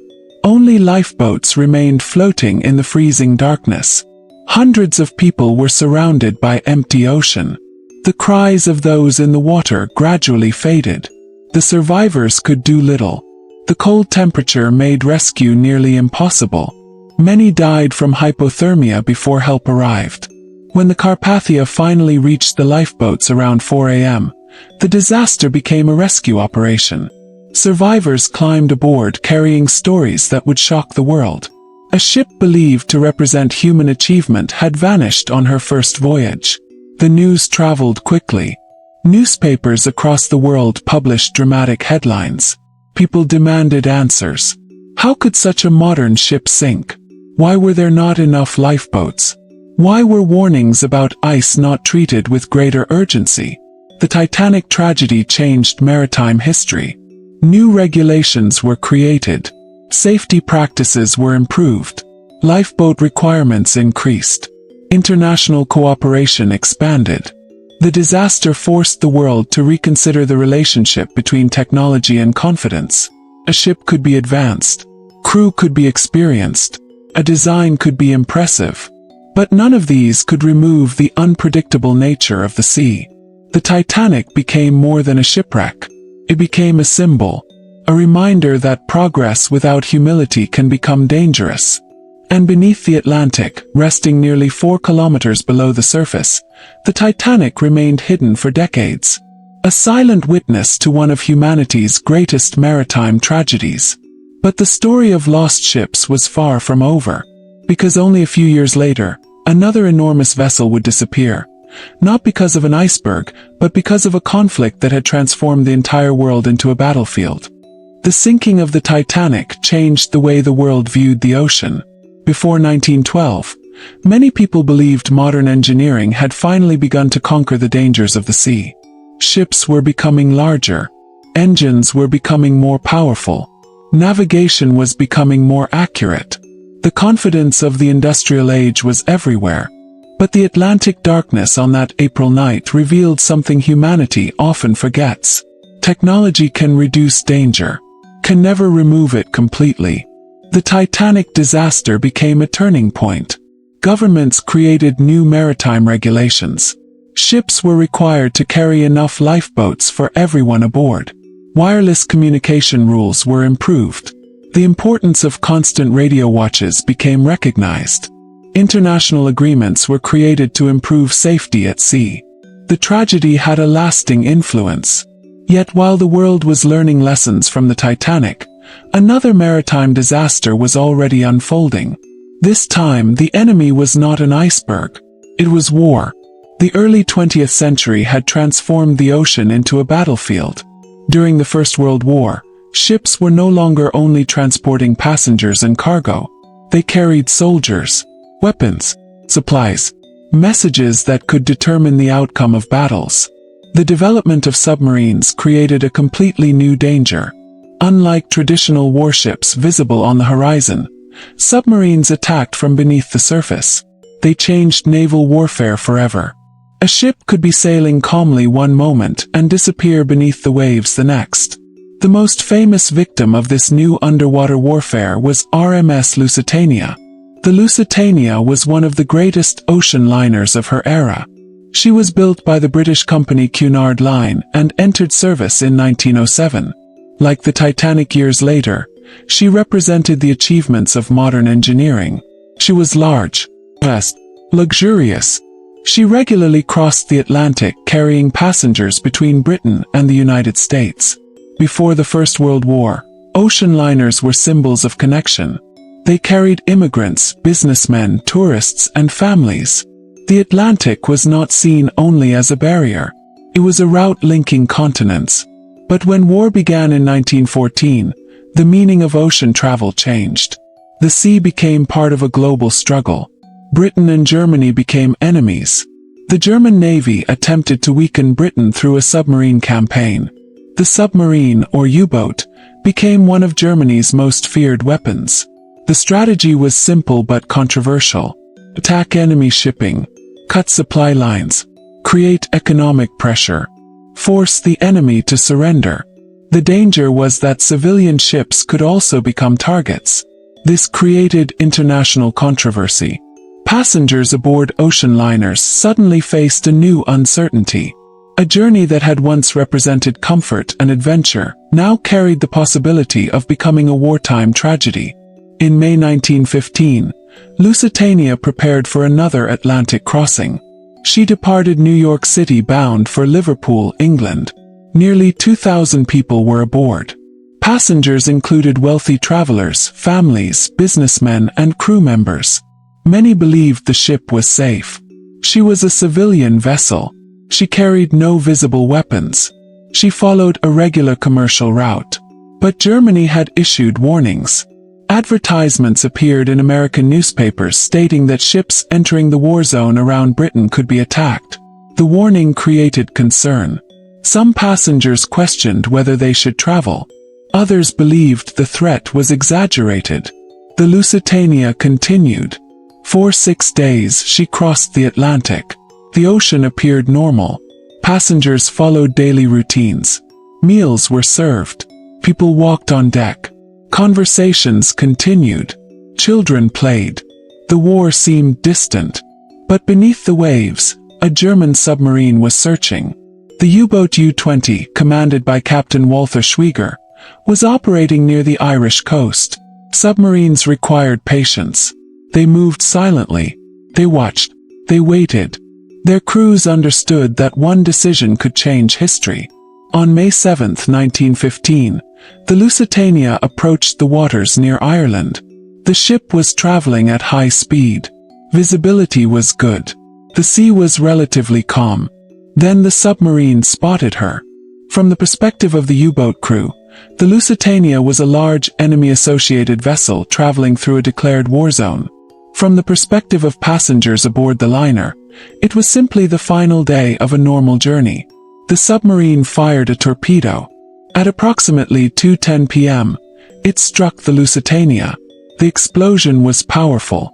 Passengers felt the impact immediately. Unlike the slow disaster of the Titanic, the Lusitania's sinking happened with shocking speed. Water rushed into the ship. Panic spread. The crew attempted to organize evacuation. But the situation was extremely difficult. The ship began listing. Some lifeboats became impossible to launch properly. The time available for escape was dangerously short. Within about 18 minutes, the Lusitania disappeared beneath the Atlantic. Of the nearly 2,000 people aboard, approximately 1,198 died. Among the dead were 128 American citizens. The sinking shocked the world. Newspapers published emotional accounts. Images of victims created outrage. The disaster became a major event in international politics. Many people viewed the attack as evidence of German brutality. It influenced public opinion, especially in the United States. However, historians continue to study the complicated details surrounding the sinking. Germany argued that the Lusitania was connected to the Allied war effort, and claimed that it carried materials useful for warfare.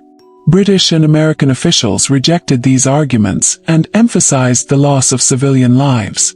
The debate surrounding the Lusitania remains one of the most discussed aspects of naval history. The tragedy demonstrated a frightening reality of modern warfare. The difference between military and civilian targets could become blurred.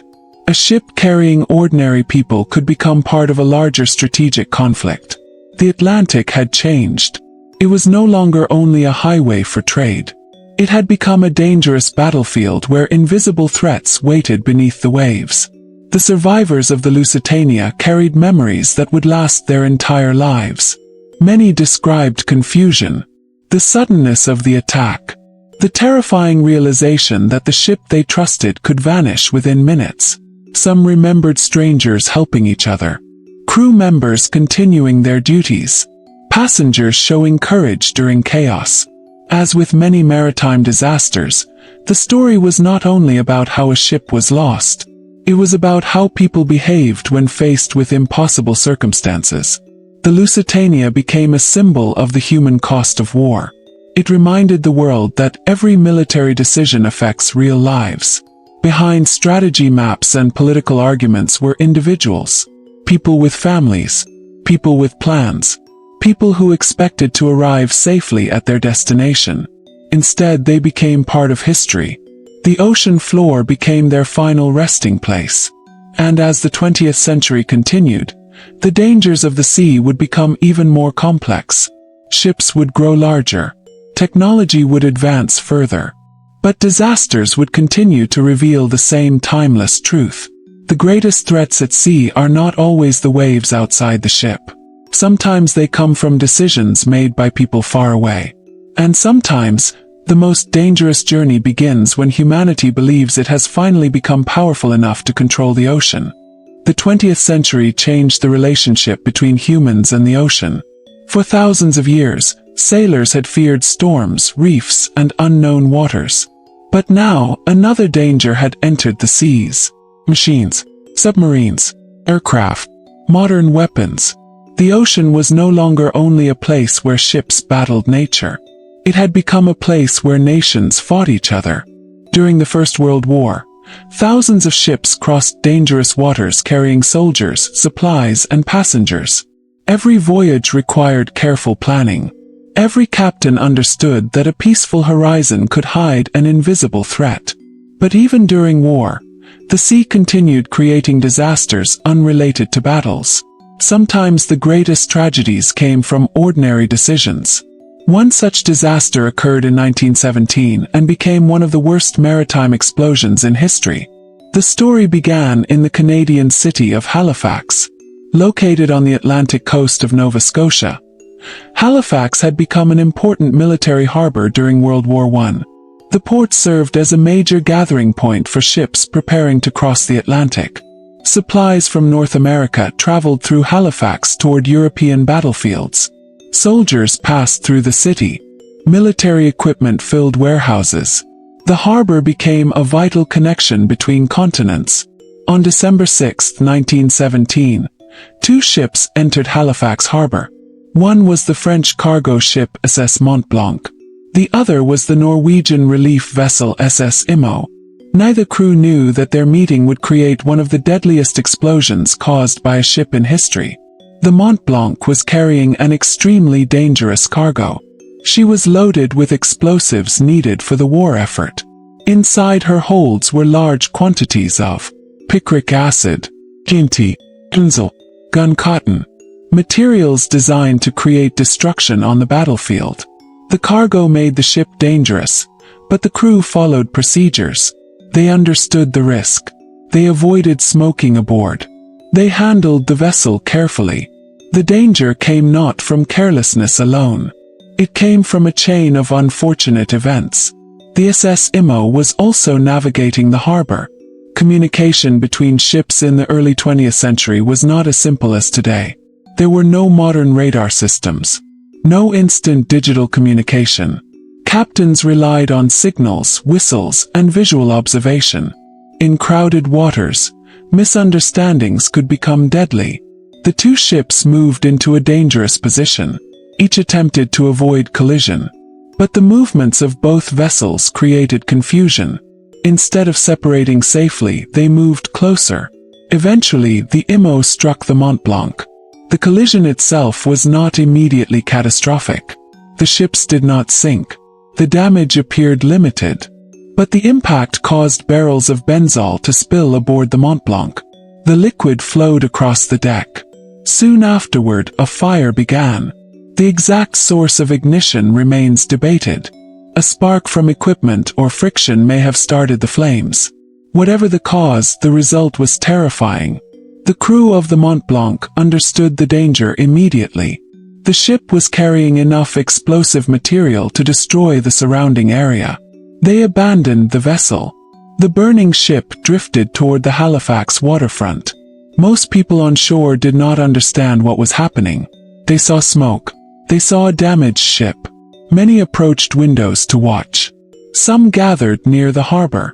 People were curious. They did not know they were looking at a disaster waiting to happen. At 9:04 a.m., the Mont Blanc exploded. The blast was enormous. A fireball rose into the sky. The force destroyed buildings across Halifax. Windows shattered miles away. Debris was thrown through the air.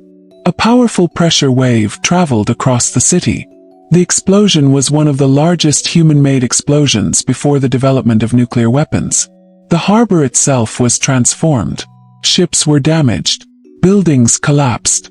Fires spread. Thousands of people were injured.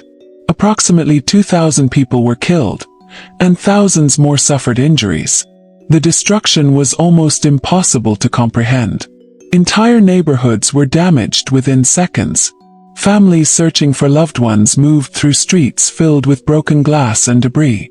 Hospitals quickly became overwhelmed. Doctors and nurses worked continuously. Rescue efforts began immediately despite freezing winter conditions. The tragedy revealed something important about disasters. The moment of destruction may last only seconds, but recovery can take years. The people of Halifax faced a long process of rebuilding. They needed homes, medical care, emotional support, new infrastructure. The disaster also demonstrated international cooperation. Help arrived from many places. One of the strongest responses came from Boston, Massachusetts. Relief supplies, medical assistance, and financial support were sent quickly. The connection between Halifax and Boston became a symbol of friendship that continues today. The Halifax explosion was not a traditional shipwreck. The Mont Blanc did not disappear beneath waves, but it belonged to the same long history of maritime disasters. Ship, a dangerous cargo, chain of events, a moment when human plans failed. It showed how fragile large systems could be.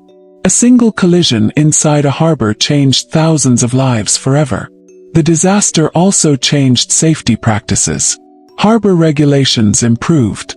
Dangerous cargo handling procedures became stricter. Communication methods became more carefully managed. Once again, tragedy forced humanity to learn. Throughout history, many improvements in maritime safety came after painful lessons. Ships became safer because previous ships were lost. Rules became stronger because earlier rules failed. Technology advanced because people studied disasters. The sea has always been a teacher, but its lessons are often expensive. While Halifax recovered from the explosion, another maritime tragedy was unfolding in a completely different part of the world. This time, the disaster would involve not a cargo ship carrying explosives, but a giant ocean liner traveling during peacetime. A vessel designed for luxury. A ship built with confidence. A ship that would become known as the greatest maritime disaster of the 20th century. Her name was HMS Britannic. The Britannic was the sister ship of the Titanic. After the Titanic disaster, the world had already learned painful lessons about ocean safety. The Britannic was modified with additional safety features. She was designed to be even safer. But history would prove that even improved designs could not eliminate danger. When World War I began, the Britannic's purpose changed. Instead of carrying wealthy passengers across the Atlantic, she became a hospital ship. She carried medical personnel. She transported wounded soldiers.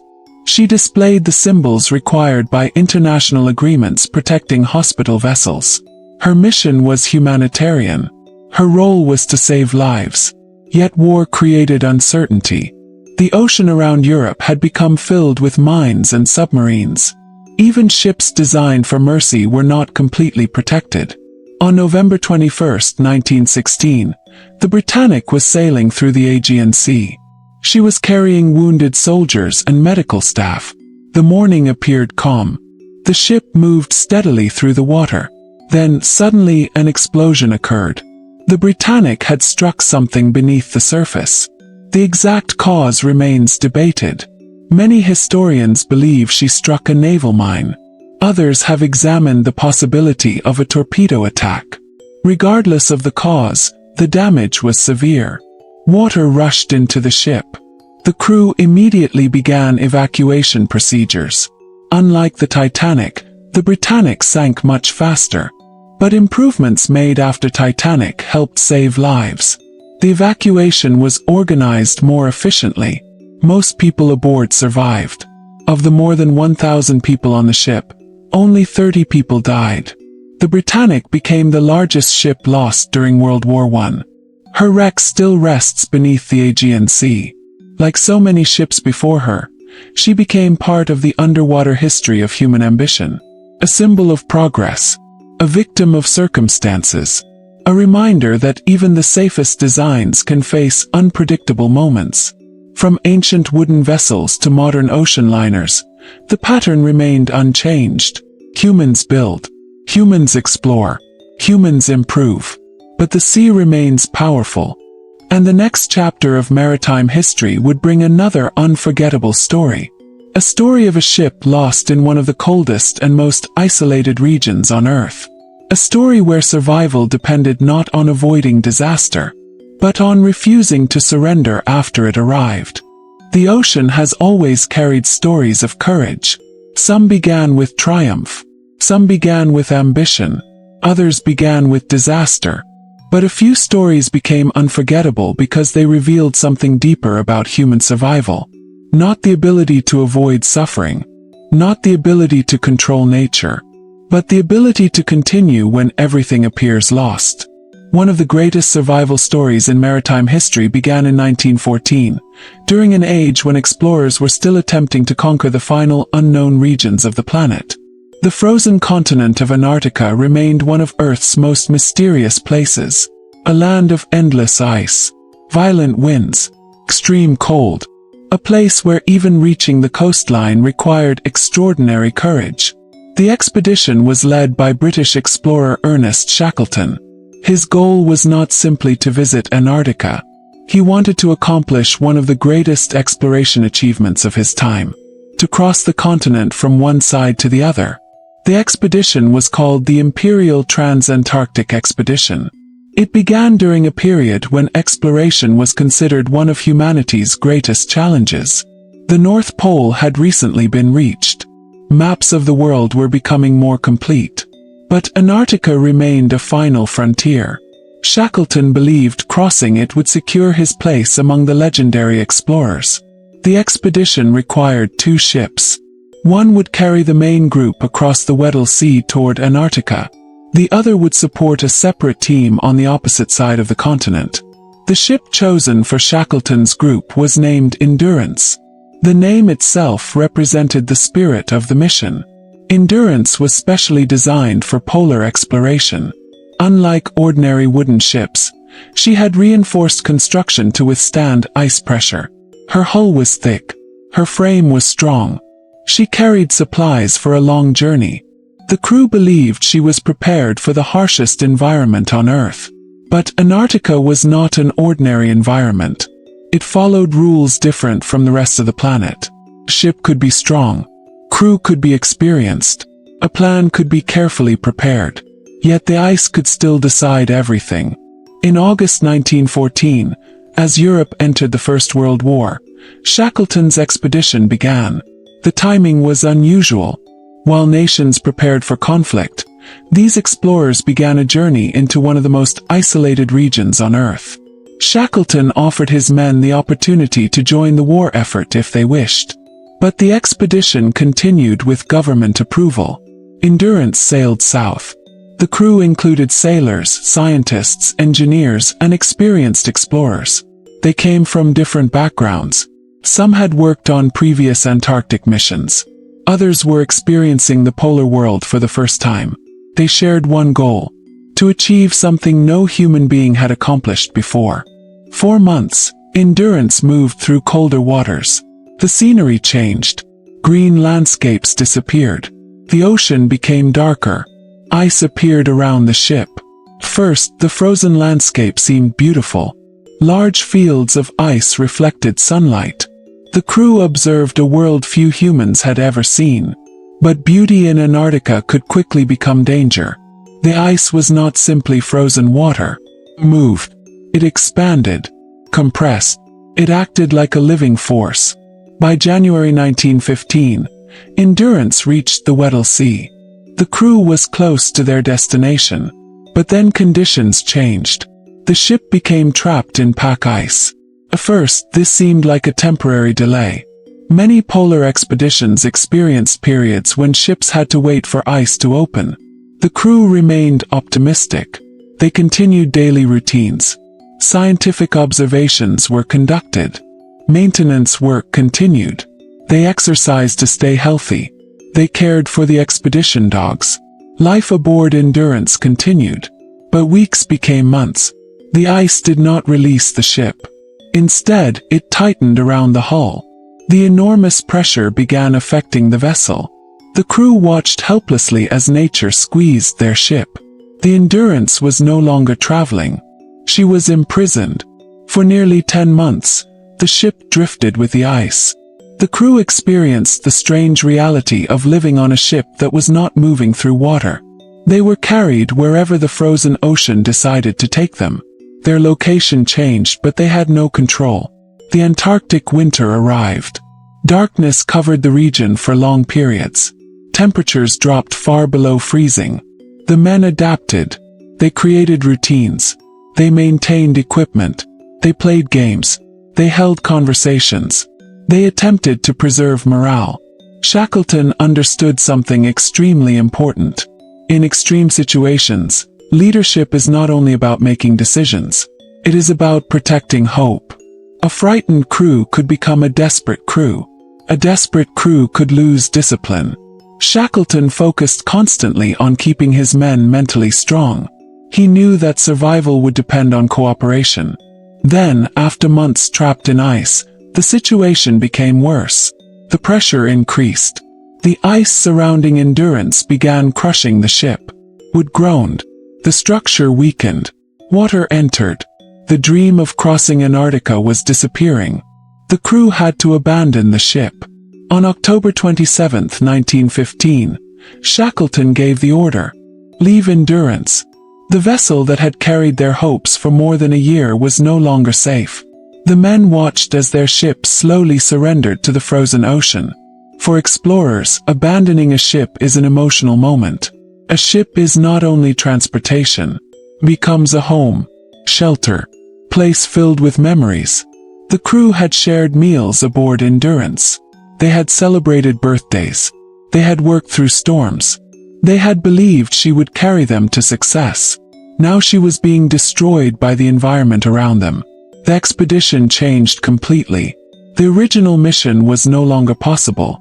The goal was no longer reaching the other side of Antarctica. The goal became survival. The men dragged their supplies across the ice. They carried boats, food, equipment, anything necessary to remain alive. The landscape around them was endless white. No towns, no roads, no rescue ships. Only ice stretching toward the horizon. Their position was thousands of miles from civilization. They had entered one of the most dangerous survival situations in human history. Yet the crew remained together. That unity would become their greatest advantage. The following months would test every aspect of human endurance. They would face freezing temperatures, limited supplies, uncertain routes, the constant fear that rescue might never come.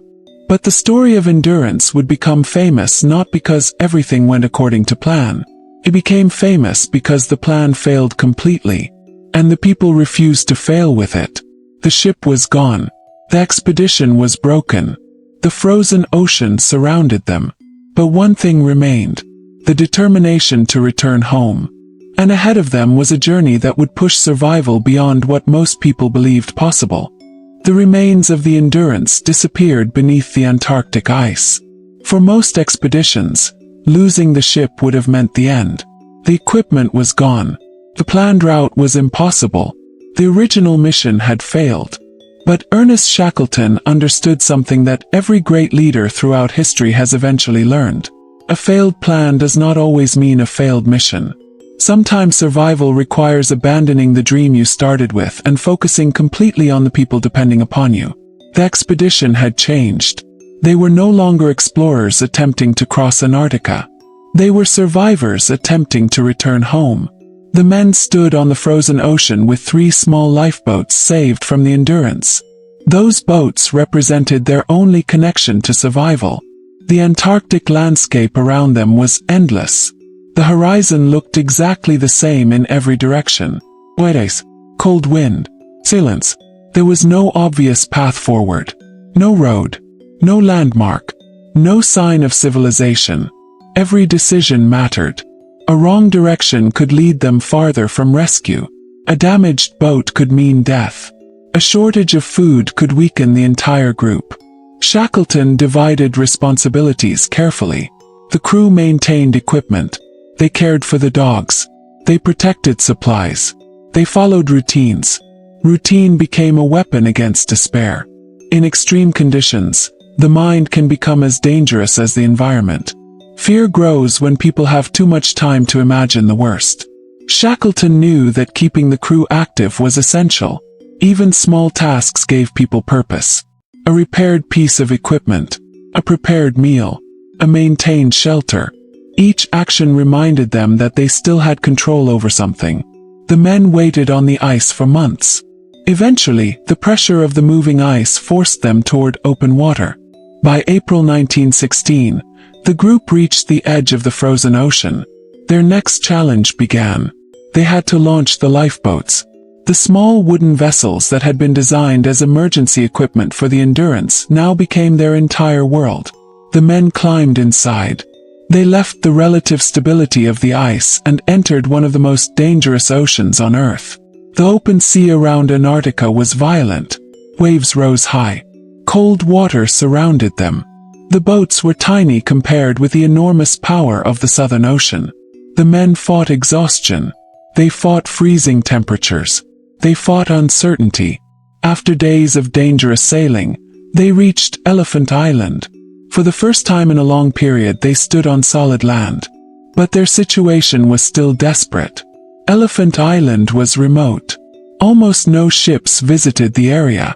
The chance of accidental rescue was extremely small.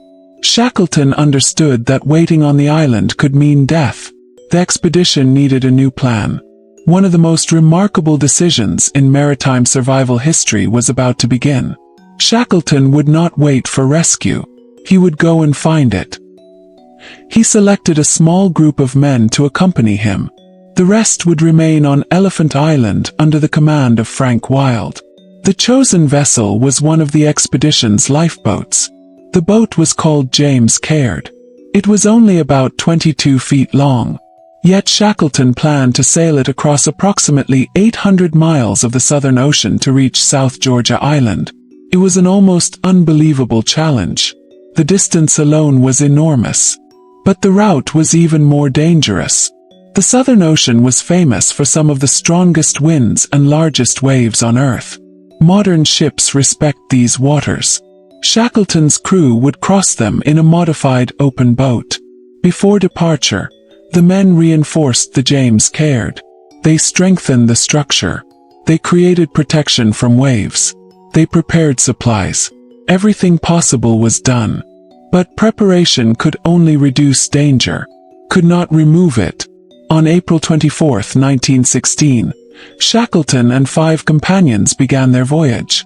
Behind them remained 22 men on Elephant Island. Their survival depended completely upon Shackleton returning. The James Caird disappeared into the stormy ocean. The men aboard faced conditions that tested the limits of human endurance. The boat was constantly wet. Waves crashed over the sides. Temperature dropped. Sleep became almost impossible. The crew had little space to move. Their clothes remained soaked. Their hands became damaged from constant exposure. Navigation was extremely difficult. The sky was often covered by clouds. The waves made observations challenging. Shackleton and navigator Frank Worsley relied on experience, calculations, and occasional glimpses of the sun and stars. Worsley's navigation skills became one of the most important factors in their survival. A small mistake could mean missing South Georgia completely. And in the Southern Ocean, missing an island meant almost certain death. After 17 days at sea, the crew finally saw land. South Georgia appeared before them. But even then, the journey was not finished. The island was not simply a place of rescue. It was also a challenge. Shackleton's group landed on the wrong side of the island. The whaling stations they needed were on the opposite coast. The terrain between them was filled with mountains, glaciers, and dangerous conditions. They had no proper equipment for such a crossing. Yet Shackleton, along with Tom Crean and Frank Worsley, decided to cross the island on foot. It was the first recorded crossing of South Georgia's mountainous interior. They walked for more than 30 hours with little rest. They climbed frozen slopes. They crossed glaciers. They moved through unknown terrain. Eventually, they reached the whaling station at Stromness. The workers there were shocked. The appearance of 3 exhausted men seemed impossible. Shackleton introduced himself. The people at the station could hardly believe what they heard. The Endurance expedition had disappeared more than a year earlier. Many assumed the men were dead. But there they stood, alive, exhausted, changed forever. However, Shackleton did not celebrate for long. His thoughts immediately returned to Elephant Island. 22 men were still waiting. Their survival depended on him. He began arranging rescue attempts. The first attempts failed. Ice conditions prevented reaching the island. The second attempt also failed. Time was passing. The men on Elephant Island waited through the harsh Antarctic winter. They had built a shelter using their remaining lifeboats. They survived on limited supplies. Frank Wild kept discipline. He continued the same principle Shackleton had followed. Maintain hope. Maintain routine. Survive one day at a time. Eventually, after several unsuccessful attempts, Shackleton found a suitable rescue vessel. On August 30, 1916, he reached Elephant Island aboard the Chilean vessel Yelcho. The moment he saw the stranded men, he immediately counted them, one by one. 22 men, all alive. The rescue was complete. Not a single member of Shackleton's main group died during the expedition. The achievement became one of the greatest examples of leadership and survival ever recorded. The Imperial Trans-Antarctic Expedition had failed in its original objective. The continent was not crossed. The Endurance was lost. The scientific goals were abandoned. But another achievement had taken its place. Every person had returned. The story of Endurance became a reminder that success is not always measured by reaching the destination originally planned. Sometimes success is measured by protecting people when everything goes wrong. The frozen waters of Antarctica preserved the memory of that expedition. The Endurance became a symbol of determination. A ship destroyed by nature. Crew saved by leadership. A journey where the greatest victory was simply coming home. But the 20th century still had many maritime tragedies ahead. As technology advanced, ships became larger and more complex. Humans believed they had learned enough from previous disasters. Yet another catastrophe was waiting. One that would become one of the deadliest peacetime shipwrecks ever recorded. A disaster caused not by war, not by ice, but by a sudden encounter with the ocean itself. Throughout history, ships have disappeared for many different reasons. Some were destroyed by storms. Some were lost because of human mistakes. Some vanished because of war. But a few disasters became famous because they revealed something uncomfortable about modern society. They showed that even in an age of advanced technology, people could still underestimate danger.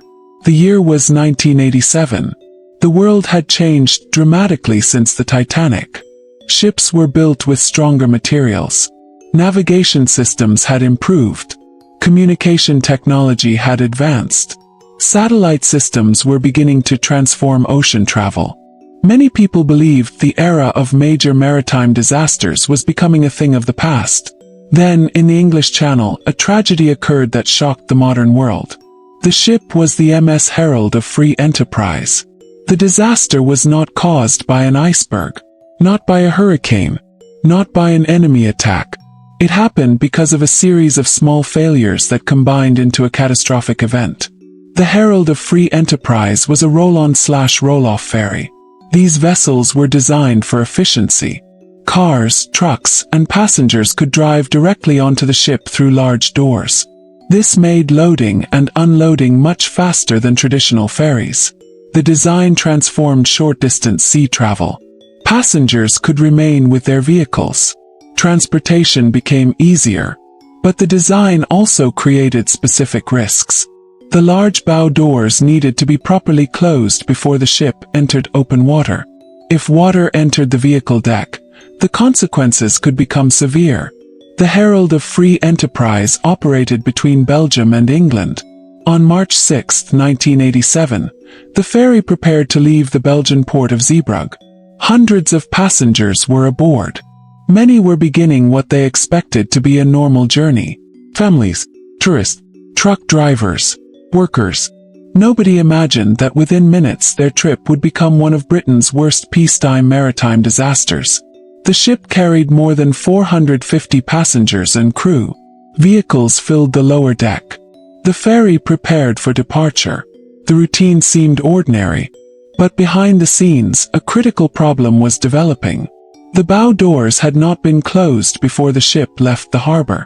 The assistant bosun responsible for closing them had fallen asleep in his cabin after a long period of work. No effective system existed to guarantee that the doors were shut before departure. This was not simply one person's mistake. Investigations later revealed deeper organizational problems. Communication failures, pressure to maintain schedules, weak safety procedures, a culture where important checks were not properly enforced. The tragedy became an example of what experts call a system failure, a disaster created not by one action alone, but by many weaknesses connecting together. The herald of free enterprise left port. As the ferry accelerated, seawater entered through the open bow doors. At first, the amount of water may not have seemed dangerous, but the vehicle deck had a wide, open design. The water spread quickly. This created a dangerous effect. As water moved across the deck, the ship's stability decreased. The ferry began to tilt. Passengers noticed something was wrong.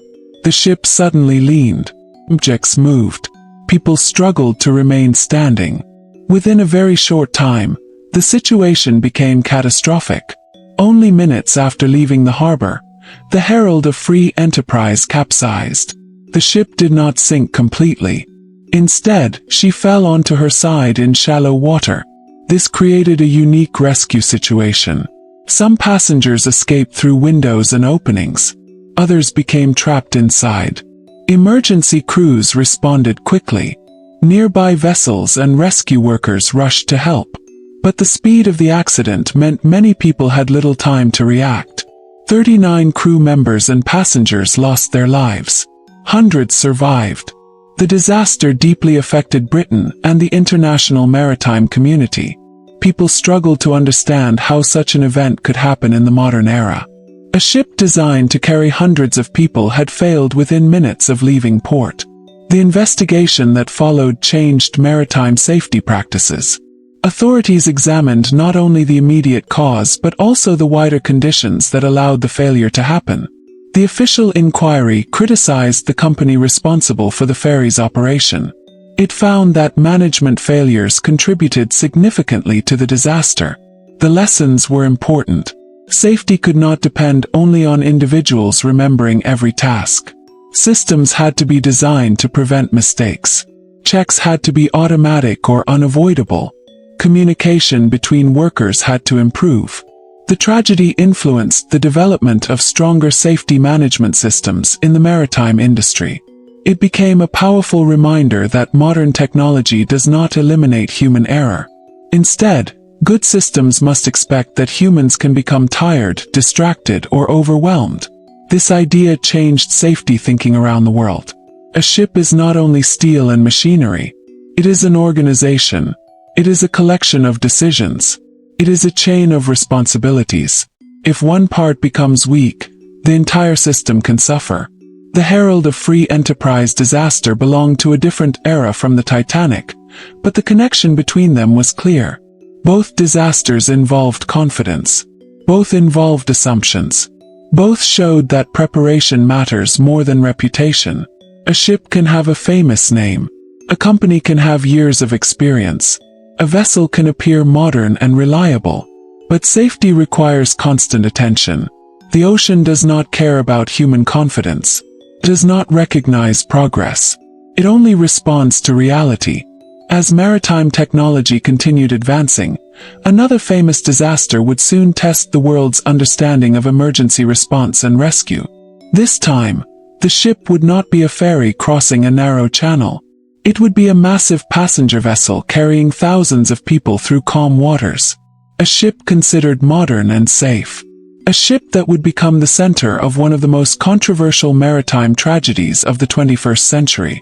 The story would involve a sudden impact, a chaotic evacuation, and questions about leadership that would continue for years afterward. The history of ships is often described through their construction, how large they were, how fast they traveled, how advanced their technology became. But the true history of a ship is not written only in steel and machinery. It is written through the decisions made by the people aboard, the commands given, the warnings ignored, the actions taken when danger appears. In the 21st century, one disaster would once again remind the world of this reality. The ship was called Costa Concordia.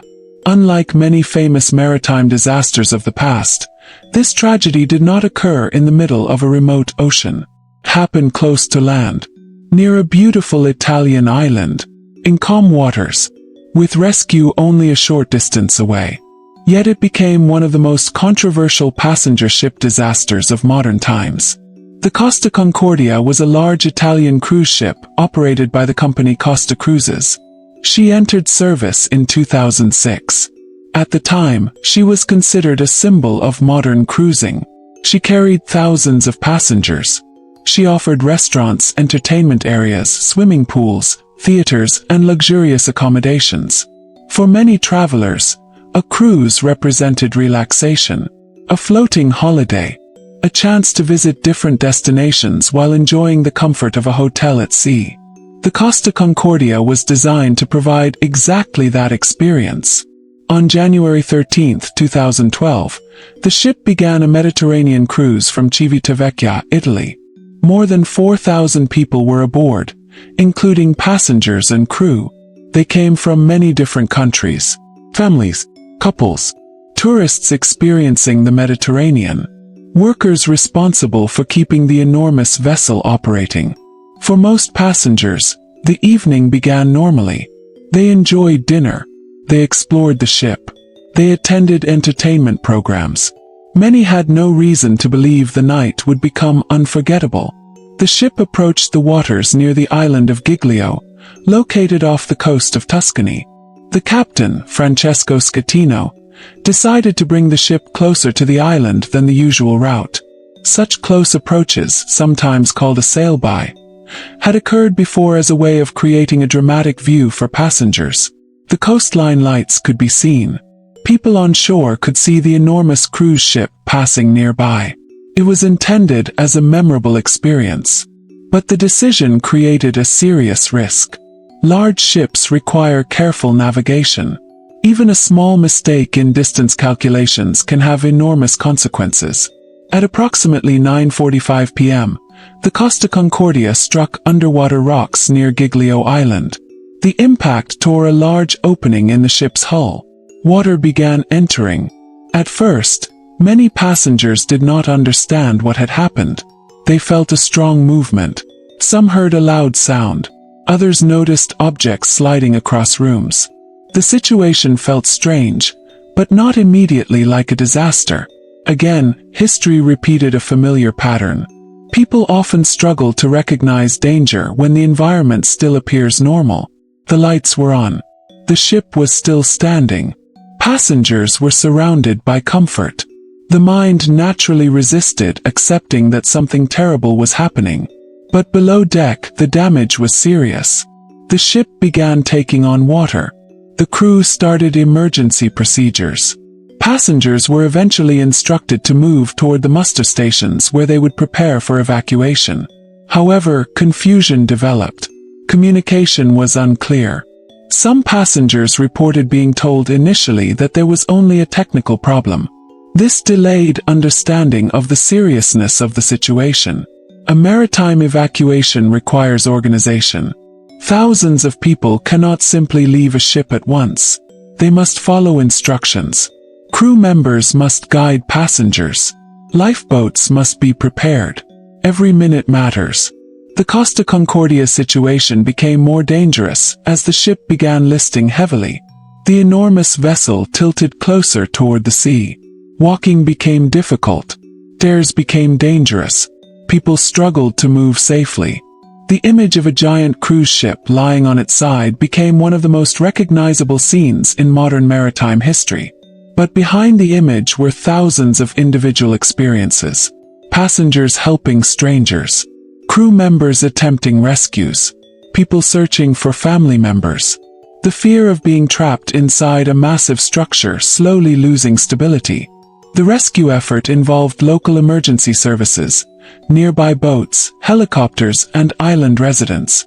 Because the ship was close to shore, many people were able to escape.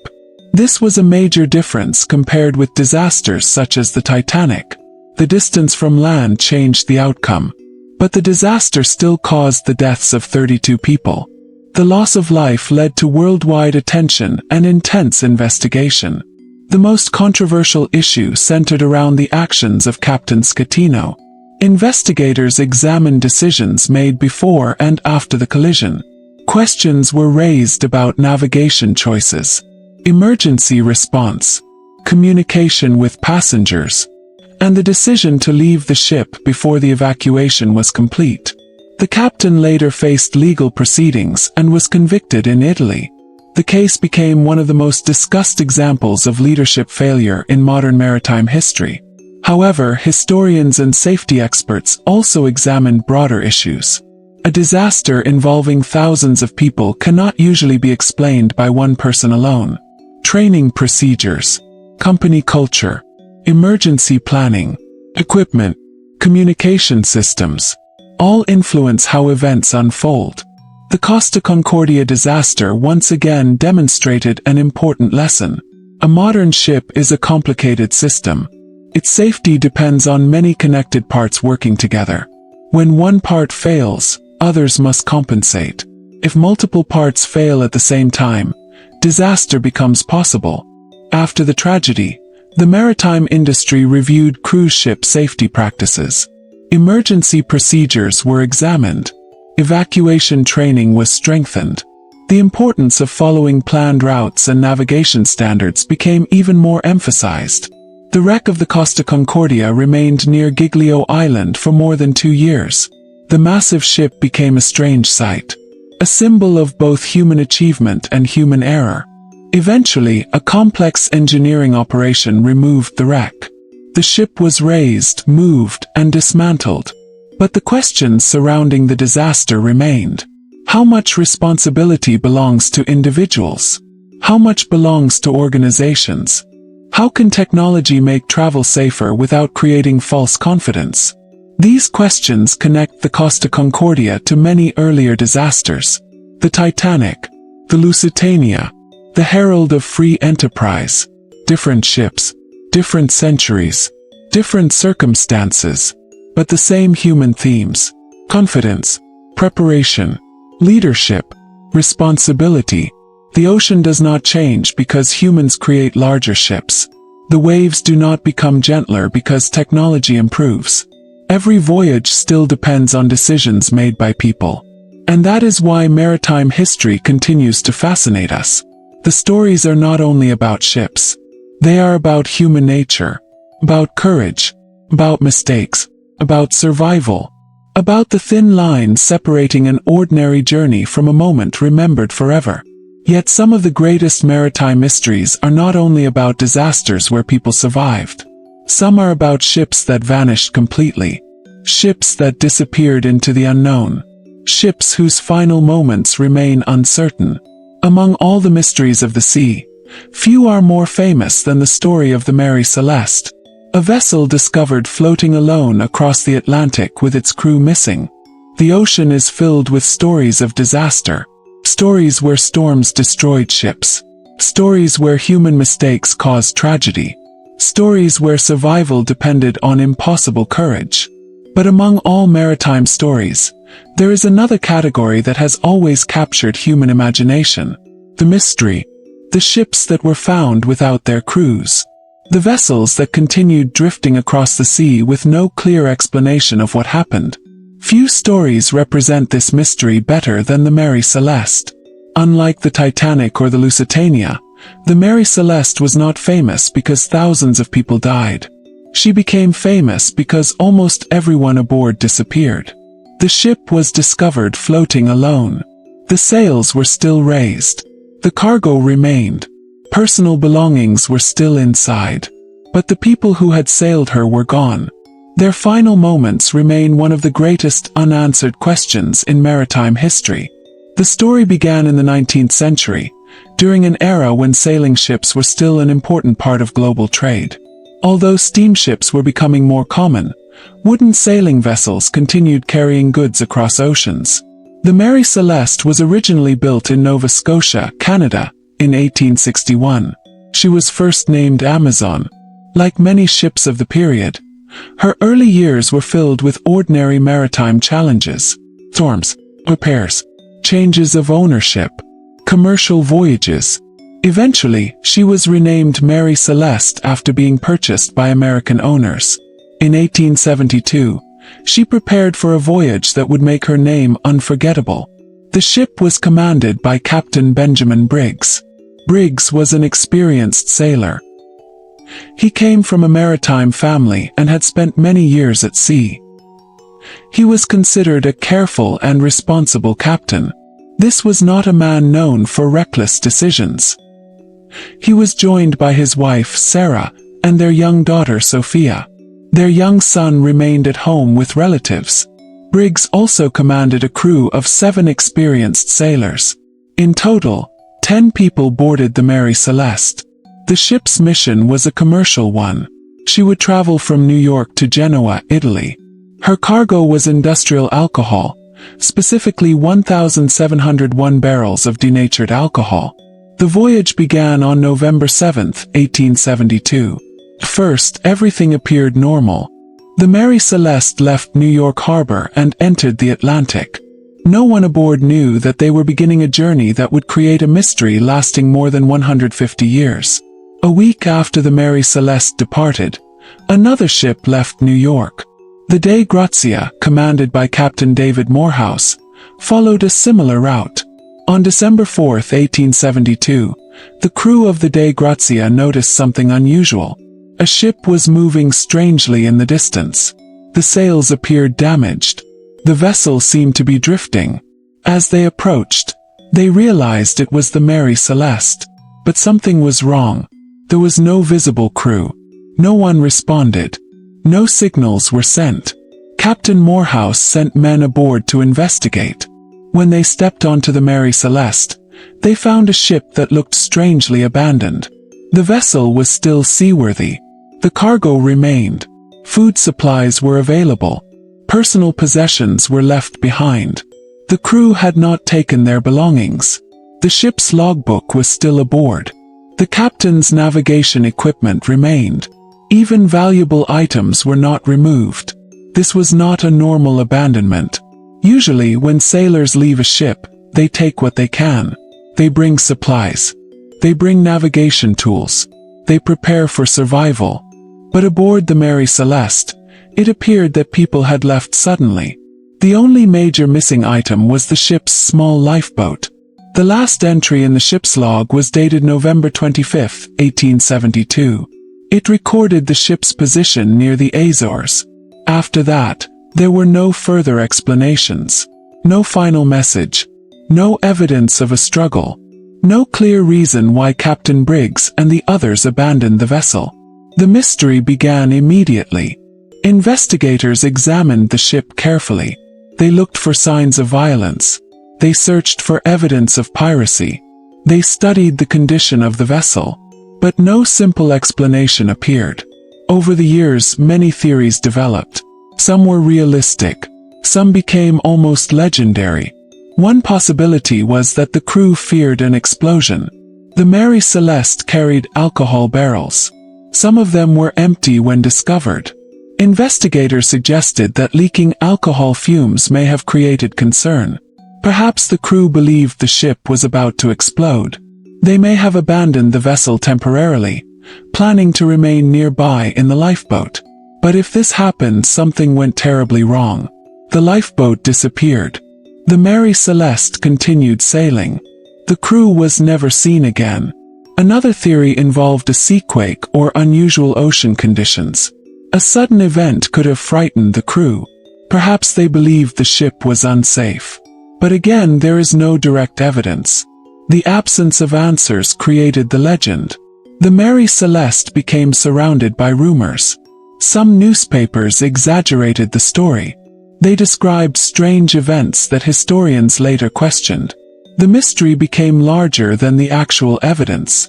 This often happens with famous historical events. When information is missing, people fill the empty spaces with imagination. The unknown becomes a place where theories grow. However, the real story is already fascinating without dramatic inventions. 10 people disappeared. A ship was found abandoned. A voyage ended without explanation. That alone is enough to make the Mary Celeste one of history's greatest maritime mysteries. The ship was eventually brought to Gibraltar. Authorities investigated the case. The owners faced financial concerns. Questions surrounded the missing crew. But no final answer was discovered. The Mary Celeste continued service for many years afterward. She survived longer than many ships from her era. Ironically, the vessel that became famous because of a mysterious disappearance continued sailing for decades. Eventually, after years of changing ownership and declining value, the ship was deliberately wrecked in 1885 as part of an insurance fraud attempt.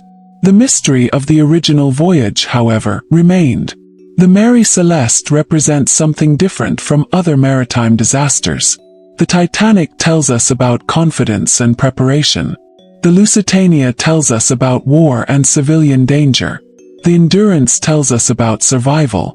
The Mary Celeste tells us about uncertainty. It reminds us that history does not always provide complete answers.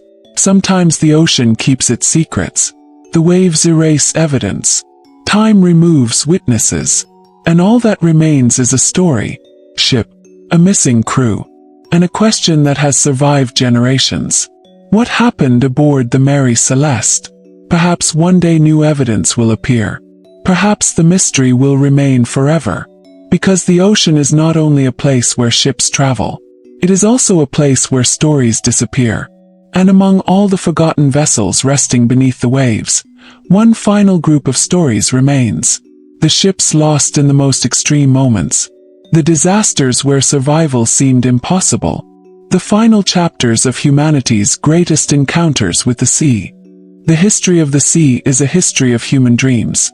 For thousands of years, people looked toward the horizon and imagined what existed beyond it. New lands, new opportunities, new discoveries. Ships became the tools that carried those dreams across oceans. But every voyage carried a hidden agreement between humanity and nature. The ship would provide shelter, the crew would provide skill, and the ocean would decide the outcome. Some ships became famous because they reached places no human had seen before. Others became famous because they never returned. Among the many disasters recorded in maritime history, one of the most haunting involved a ship that represented ambition, wealth, and exploration. SS Andrea Doria. Her story was not only about a collision. It was about pride, navigation, changing technology, and the unpredictable nature of the sea. The Andrea Doria was an Italian passenger liner operated by the Italian Line. She entered service in 1953. After the destruction caused by World War II, Italy wanted to rebuild its reputation and economy. The ship became a symbol of Italian recovery. She represented elegance, craftsmanship, and modern engineering. The Andrea Doria was designed for luxury. Her interiors contained artwork, beautiful decorations, and comfortable passenger areas. She carried travelers across the Atlantic between Europe and North America. For many passengers, boarding the Andrea Doria represented the beginning of a new chapter. Some were immigrants traveling toward new lives. Others were tourists, business travelers, families, people with hopes connected to the journey ahead. On July 17, 1956, the Andrea Doria was sailing west toward New York. The weather was not perfect. Fog covered parts of the Atlantic. Visibility was reduced. In the same waters was another passenger ship, the Swedish-American liner MS Stockholm. Both ships were following established routes. Both had experienced crews. Both possessed modern navigation equipment for their time. Yet a series of misunderstandings would bring them together in one of the most famous ship collisions of the 20th century. The danger of fog has always troubled sailors. A clear ocean allows crews to observe movement. Fog removes that advantage. Ships become dependent on instruments, radar, communication, interpretation of information. A small mistake in understanding another vessel's position can create disaster. The Andrea Doria and Stockholm detected each other on radar, but the information was interpreted differently by each bridge team. The ships approached one another at an angle. Each crew believed they understood the other's movement, but both were mistaken. At approximately 11:10 p.m., the Stockholm struck the Andrea Doria. The impact was devastating. The Stockholm's reinforced bow penetrated deep into the Andrea Doria's side. The Andrea Doria immediately began listing. Water entered the damaged sections. The passengers woke to a terrifying situation. A luxury liner that had seemed safe only moments before was suddenly in danger. But unlike many earlier disasters, this was not a complete tragedy. The response demonstrated how maritime safety had improved. The Andrea Doria had better communication systems than older ships. The crew had emergency training. Nearby vessels responded. One of the closest ships to answer the distress call was the French liner Isle de France. Her captain decided to assist. The arrival of rescue ships became one of the most important factors saving lives. Passengers were transferred from the damaged Andrea Doria. The evacuation was difficult because the ship's heavy list made some lifeboats unusable. Still, rescue efforts continued. Of the more than 1,700 people aboard the Andrea Doria, the majority survived. However, 46 people died in the collision. The Andrea Doria remained afloat for several hours before finally sinking on July 26, 1956. She came to rest beneath the Atlantic Ocean, where she remains today. The disaster became a major event in maritime history because it raised difficult questions. Who was responsible? Was it a navigation mistake? Was it a failure to properly interpret radar information? Did both ships make errors? Investigations and legal discussions continued for years. Unlike some disasters where the cause is obvious, the Andrea Doria collision involved complicated human decisions. It demonstrated a growing challenge of modern navigation. Technology provides information, but humans must understand and use that information correctly. A radar screen does not make decisions. People do.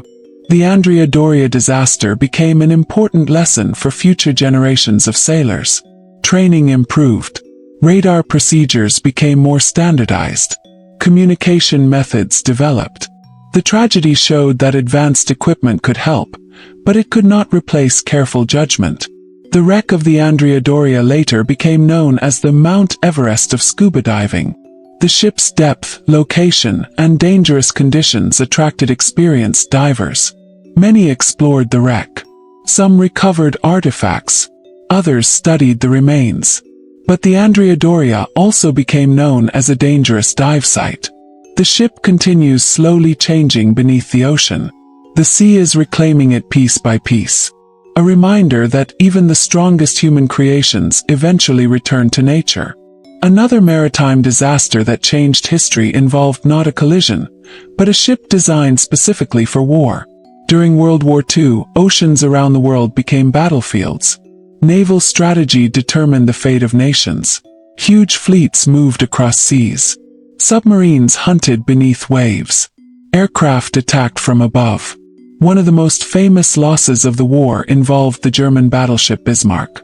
The Bismarck was one of the largest and most powerful battleships ever built by Germany. Launched in 1939, she represented German naval ambition. She was heavily armed, strongly protected, designed to challenge enemy fleets. In May 1941, the Bismarck entered the Atlantic on a mission to attack Allied shipping. Her early success was dramatic. During an engagement with British forces, the Bismarck helped sink the famous British battlecruiser HMS Hood. The loss of the Hood shocked Britain. She had been considered one of the Royal Navy's most important ships. The sinking created a powerful response. British forces began a massive search for the Bismarck. Aircraft, warships, submarines. The entire operation focused on finding and stopping her. Eventually, British aircraft damaged the Bismarck steering system. The battleship could no longer maneuver properly. She became trapped. On May 27, 1941, British warships attacked. After a fierce battle, the Bismarck sank in the Atlantic. Of the more than 2,000 men aboard, only around 115 survived. The sinking became one of the most famous naval events of World War II. Like many maritime stories, it showed that size and power did not guarantee survival. A great ship could still be defeated. A powerful machine could still be vulnerable. The ocean does not judge ships by their reputation. It only reveals their weaknesses when conditions become extreme. From ancient vessels to modern liners, the same themes continue appearing. Human ambition, human courage, human mistakes, human survival. The sea has witnessed exploration, trade, war, and tragedy. Every wreck beneath the waves carries a story. Some are remembered because of the people who survived. Some because of those who were lost. Some because they leave questions that may never be answered. And after centuries of maritime history, one final truth remains. The greatest stories of the ocean are not only about ships sinking. They are about the people who stood aboard them. The decisions they made. The fears they faced. And the courage they discovered when the world around them became uncertain. The final chapter of this journey through history will return to the quiet moments after disaster. The survivors who carried memories across generations. And the lessons the ocean left behind for humanity. The ocean has always been a place of beginnings and endings.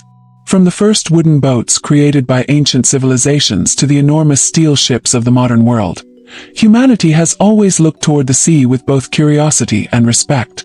The ocean connected civilizations, carried explorers toward unknown lands. It carried merchants across continents. It carried families searching for new homes. It carried soldiers during times of war. But beneath every voyage existed the same uncertainty. A ship could be carefully designed. A crew could be highly trained. A journey could be planned perfectly. Yet the sea always remained something greater than human control. The history of the greatest mutinies and shipwrecks is not only a history of lost vessels. It is a history of human decisions. The mutinies showed moments when trust between people collapsed. They revealed desperation, fear, ambition, and survival instincts. The shipwrecks showed moments when humans faced forces beyond their power. They revealed courage, sacrifice, and the strength to continue even when hope seemed almost impossible. From the mutiny aboard the Bounty, where sailors challenged their captain in the middle of the Pacific, to the tragedy of the Titanic, where confidence met disaster beneath the cold Atlantic waters, every story carried the same message. The greatest dangers at sea are not always the waves. Sometimes the greatest storms happen inside the human heart. A ship can survive terrible weather, but it can be destroyed by broken trust. A crew can cross thousands of miles of ocean, but they can be defeated by fear and disagreement. History remembers these moments because they reveal people as they truly are. Not as heroes in perfect conditions. Not as villains in simple stories. But as ordinary human beings facing extraordinary circumstances. The sailors of the past lived in a world very different from ours. They spent months away from home. They lived in small wooden vessels surrounded by endless water. Communication with the outside world was impossible. A letter sent across the ocean could take months to arrive. A sailor leaving port might never return. Every voyage carried uncertainty. For many sailors, the ship became their entire world. The people aboard became their community, their family, their only source of support. This is why mutinies were so significant. A mutiny was not simply a disagreement. It was the breaking of the most important relationship aboard a ship. The relationship between command and obedience. Captains held enormous authority. They controlled routes, food supplies, punishments, Daily routines. A good captain could keep a crew alive through terrible conditions. A poor captain could turn a difficult voyage into a nightmare. The stories of mutiny remind us that leadership has always carried responsibility. Authority alone is not enough. Respect must be earned. Trust must be protected. And once trust disappears, even the strongest ship can become unstable. The shipwrecks throughout history tell another important lesson. They remind us that progress requires humility. The Titanic was one of the greatest achievements of its time. The Endurance represented exploration and courage. The Andrea Doria represented modern engineering. The Costa Concordia represented luxury and technology. Yet all of them faced moments when human plans met unexpected reality. The Titanic did not sink because humans lacked intelligence. The people who built her were skilled engineers. The crew contained experienced sailors. The disaster happened because many small decisions combined into one terrible moment. The Endurance did not fail because Shackleton and his crew were unprepared. They had one of the strongest ships available for polar exploration. But Antarctica was a world where nature controlled the outcome. The ice was stronger than the ship. The survival story came afterward. Not from avoiding disaster, but from responding to it. This is perhaps the most important lesson from maritime history. Disasters reveal character. When everything is comfortable, courage is difficult to measure. But when a ship is sinking, when supplies are disappearing, when rescue seems impossible, people reveal who they truly are. Some panic. Some protect themselves. Others help strangers. Others continue their duties until the final moment. The musicians aboard the Titanic. The engineers who remained at their posts. The sailors of the Endurance who refused to abandon each other. The rescue workers who entered dangerous conditions. Their actions remain remembered because they represent something timeless. Human compassion. Even in the darkest moments, people have shown the ability to care for one another. The ocean floor today holds thousands of shipwrecks. Some are famous. Many are forgotten. Each one is a frozen moment of history. A wooden ship resting beneath centuries of water. A steel vessel slowly covered by marine life. Forgotten location marked only by coordinates. Inside those wrecks are stories. The voices of people who lived hundreds of years ago. Their hopes, their fears, their journeys. The ocean preserves these memories quietly. Does not create monuments. Does not build statues. Instead, it keeps silent reminders beneath the waves. Perhaps that is why maritime history continues to attract people around the world. The stories are not only about ships. They are about human experience. The desire to explore. The struggle to survive. The mistakes we make. The lessons we learn. The courage we discover. As you listen to these stories, imagine the old ships moving slowly across dark oceans. Imagine the wooden decks under the feet of sailors from centuries ago. Imagine the sound of waves against the hull, the cold wind, the distant horizon, the quiet nights when sailors looked at the stars and wondered what waited beyond the next sunrise. History is not only a collection of dates and names. It is the memory of real people who lived through moments we can barely imagine today. Their journeys remind us that every generation faces its own storms. Sometimes those storms are physical. Sometimes they are personal. Sometimes they come without warning. But the lessons remain the same. Prepare carefully. Respect the unknown. Value the people beside you. And when difficult moments arrive, remember that survival is not only about strength. It is about patience, hope, and the ability to continue moving forward. Now, as the waves of history become quieter, allow yourself to imagine those old oceans one final time. The ships are resting. The storms have passed. The voices of the past have become gentle memories carried by the sea. Take a slow breath. Relax your shoulders. Let your mind become calm. Close your eyes if you wish. Imagine a quiet ship moving peacefully across a dark blue ocean under a sky full of stars. No danger. No fear. Only the soft sound of waves touching the wooden sides of the vessel. Allow yourself to drift into that peaceful moment. The stories of the past are finished for tonight. The ocean is quiet. The journey is complete. And now you can rest.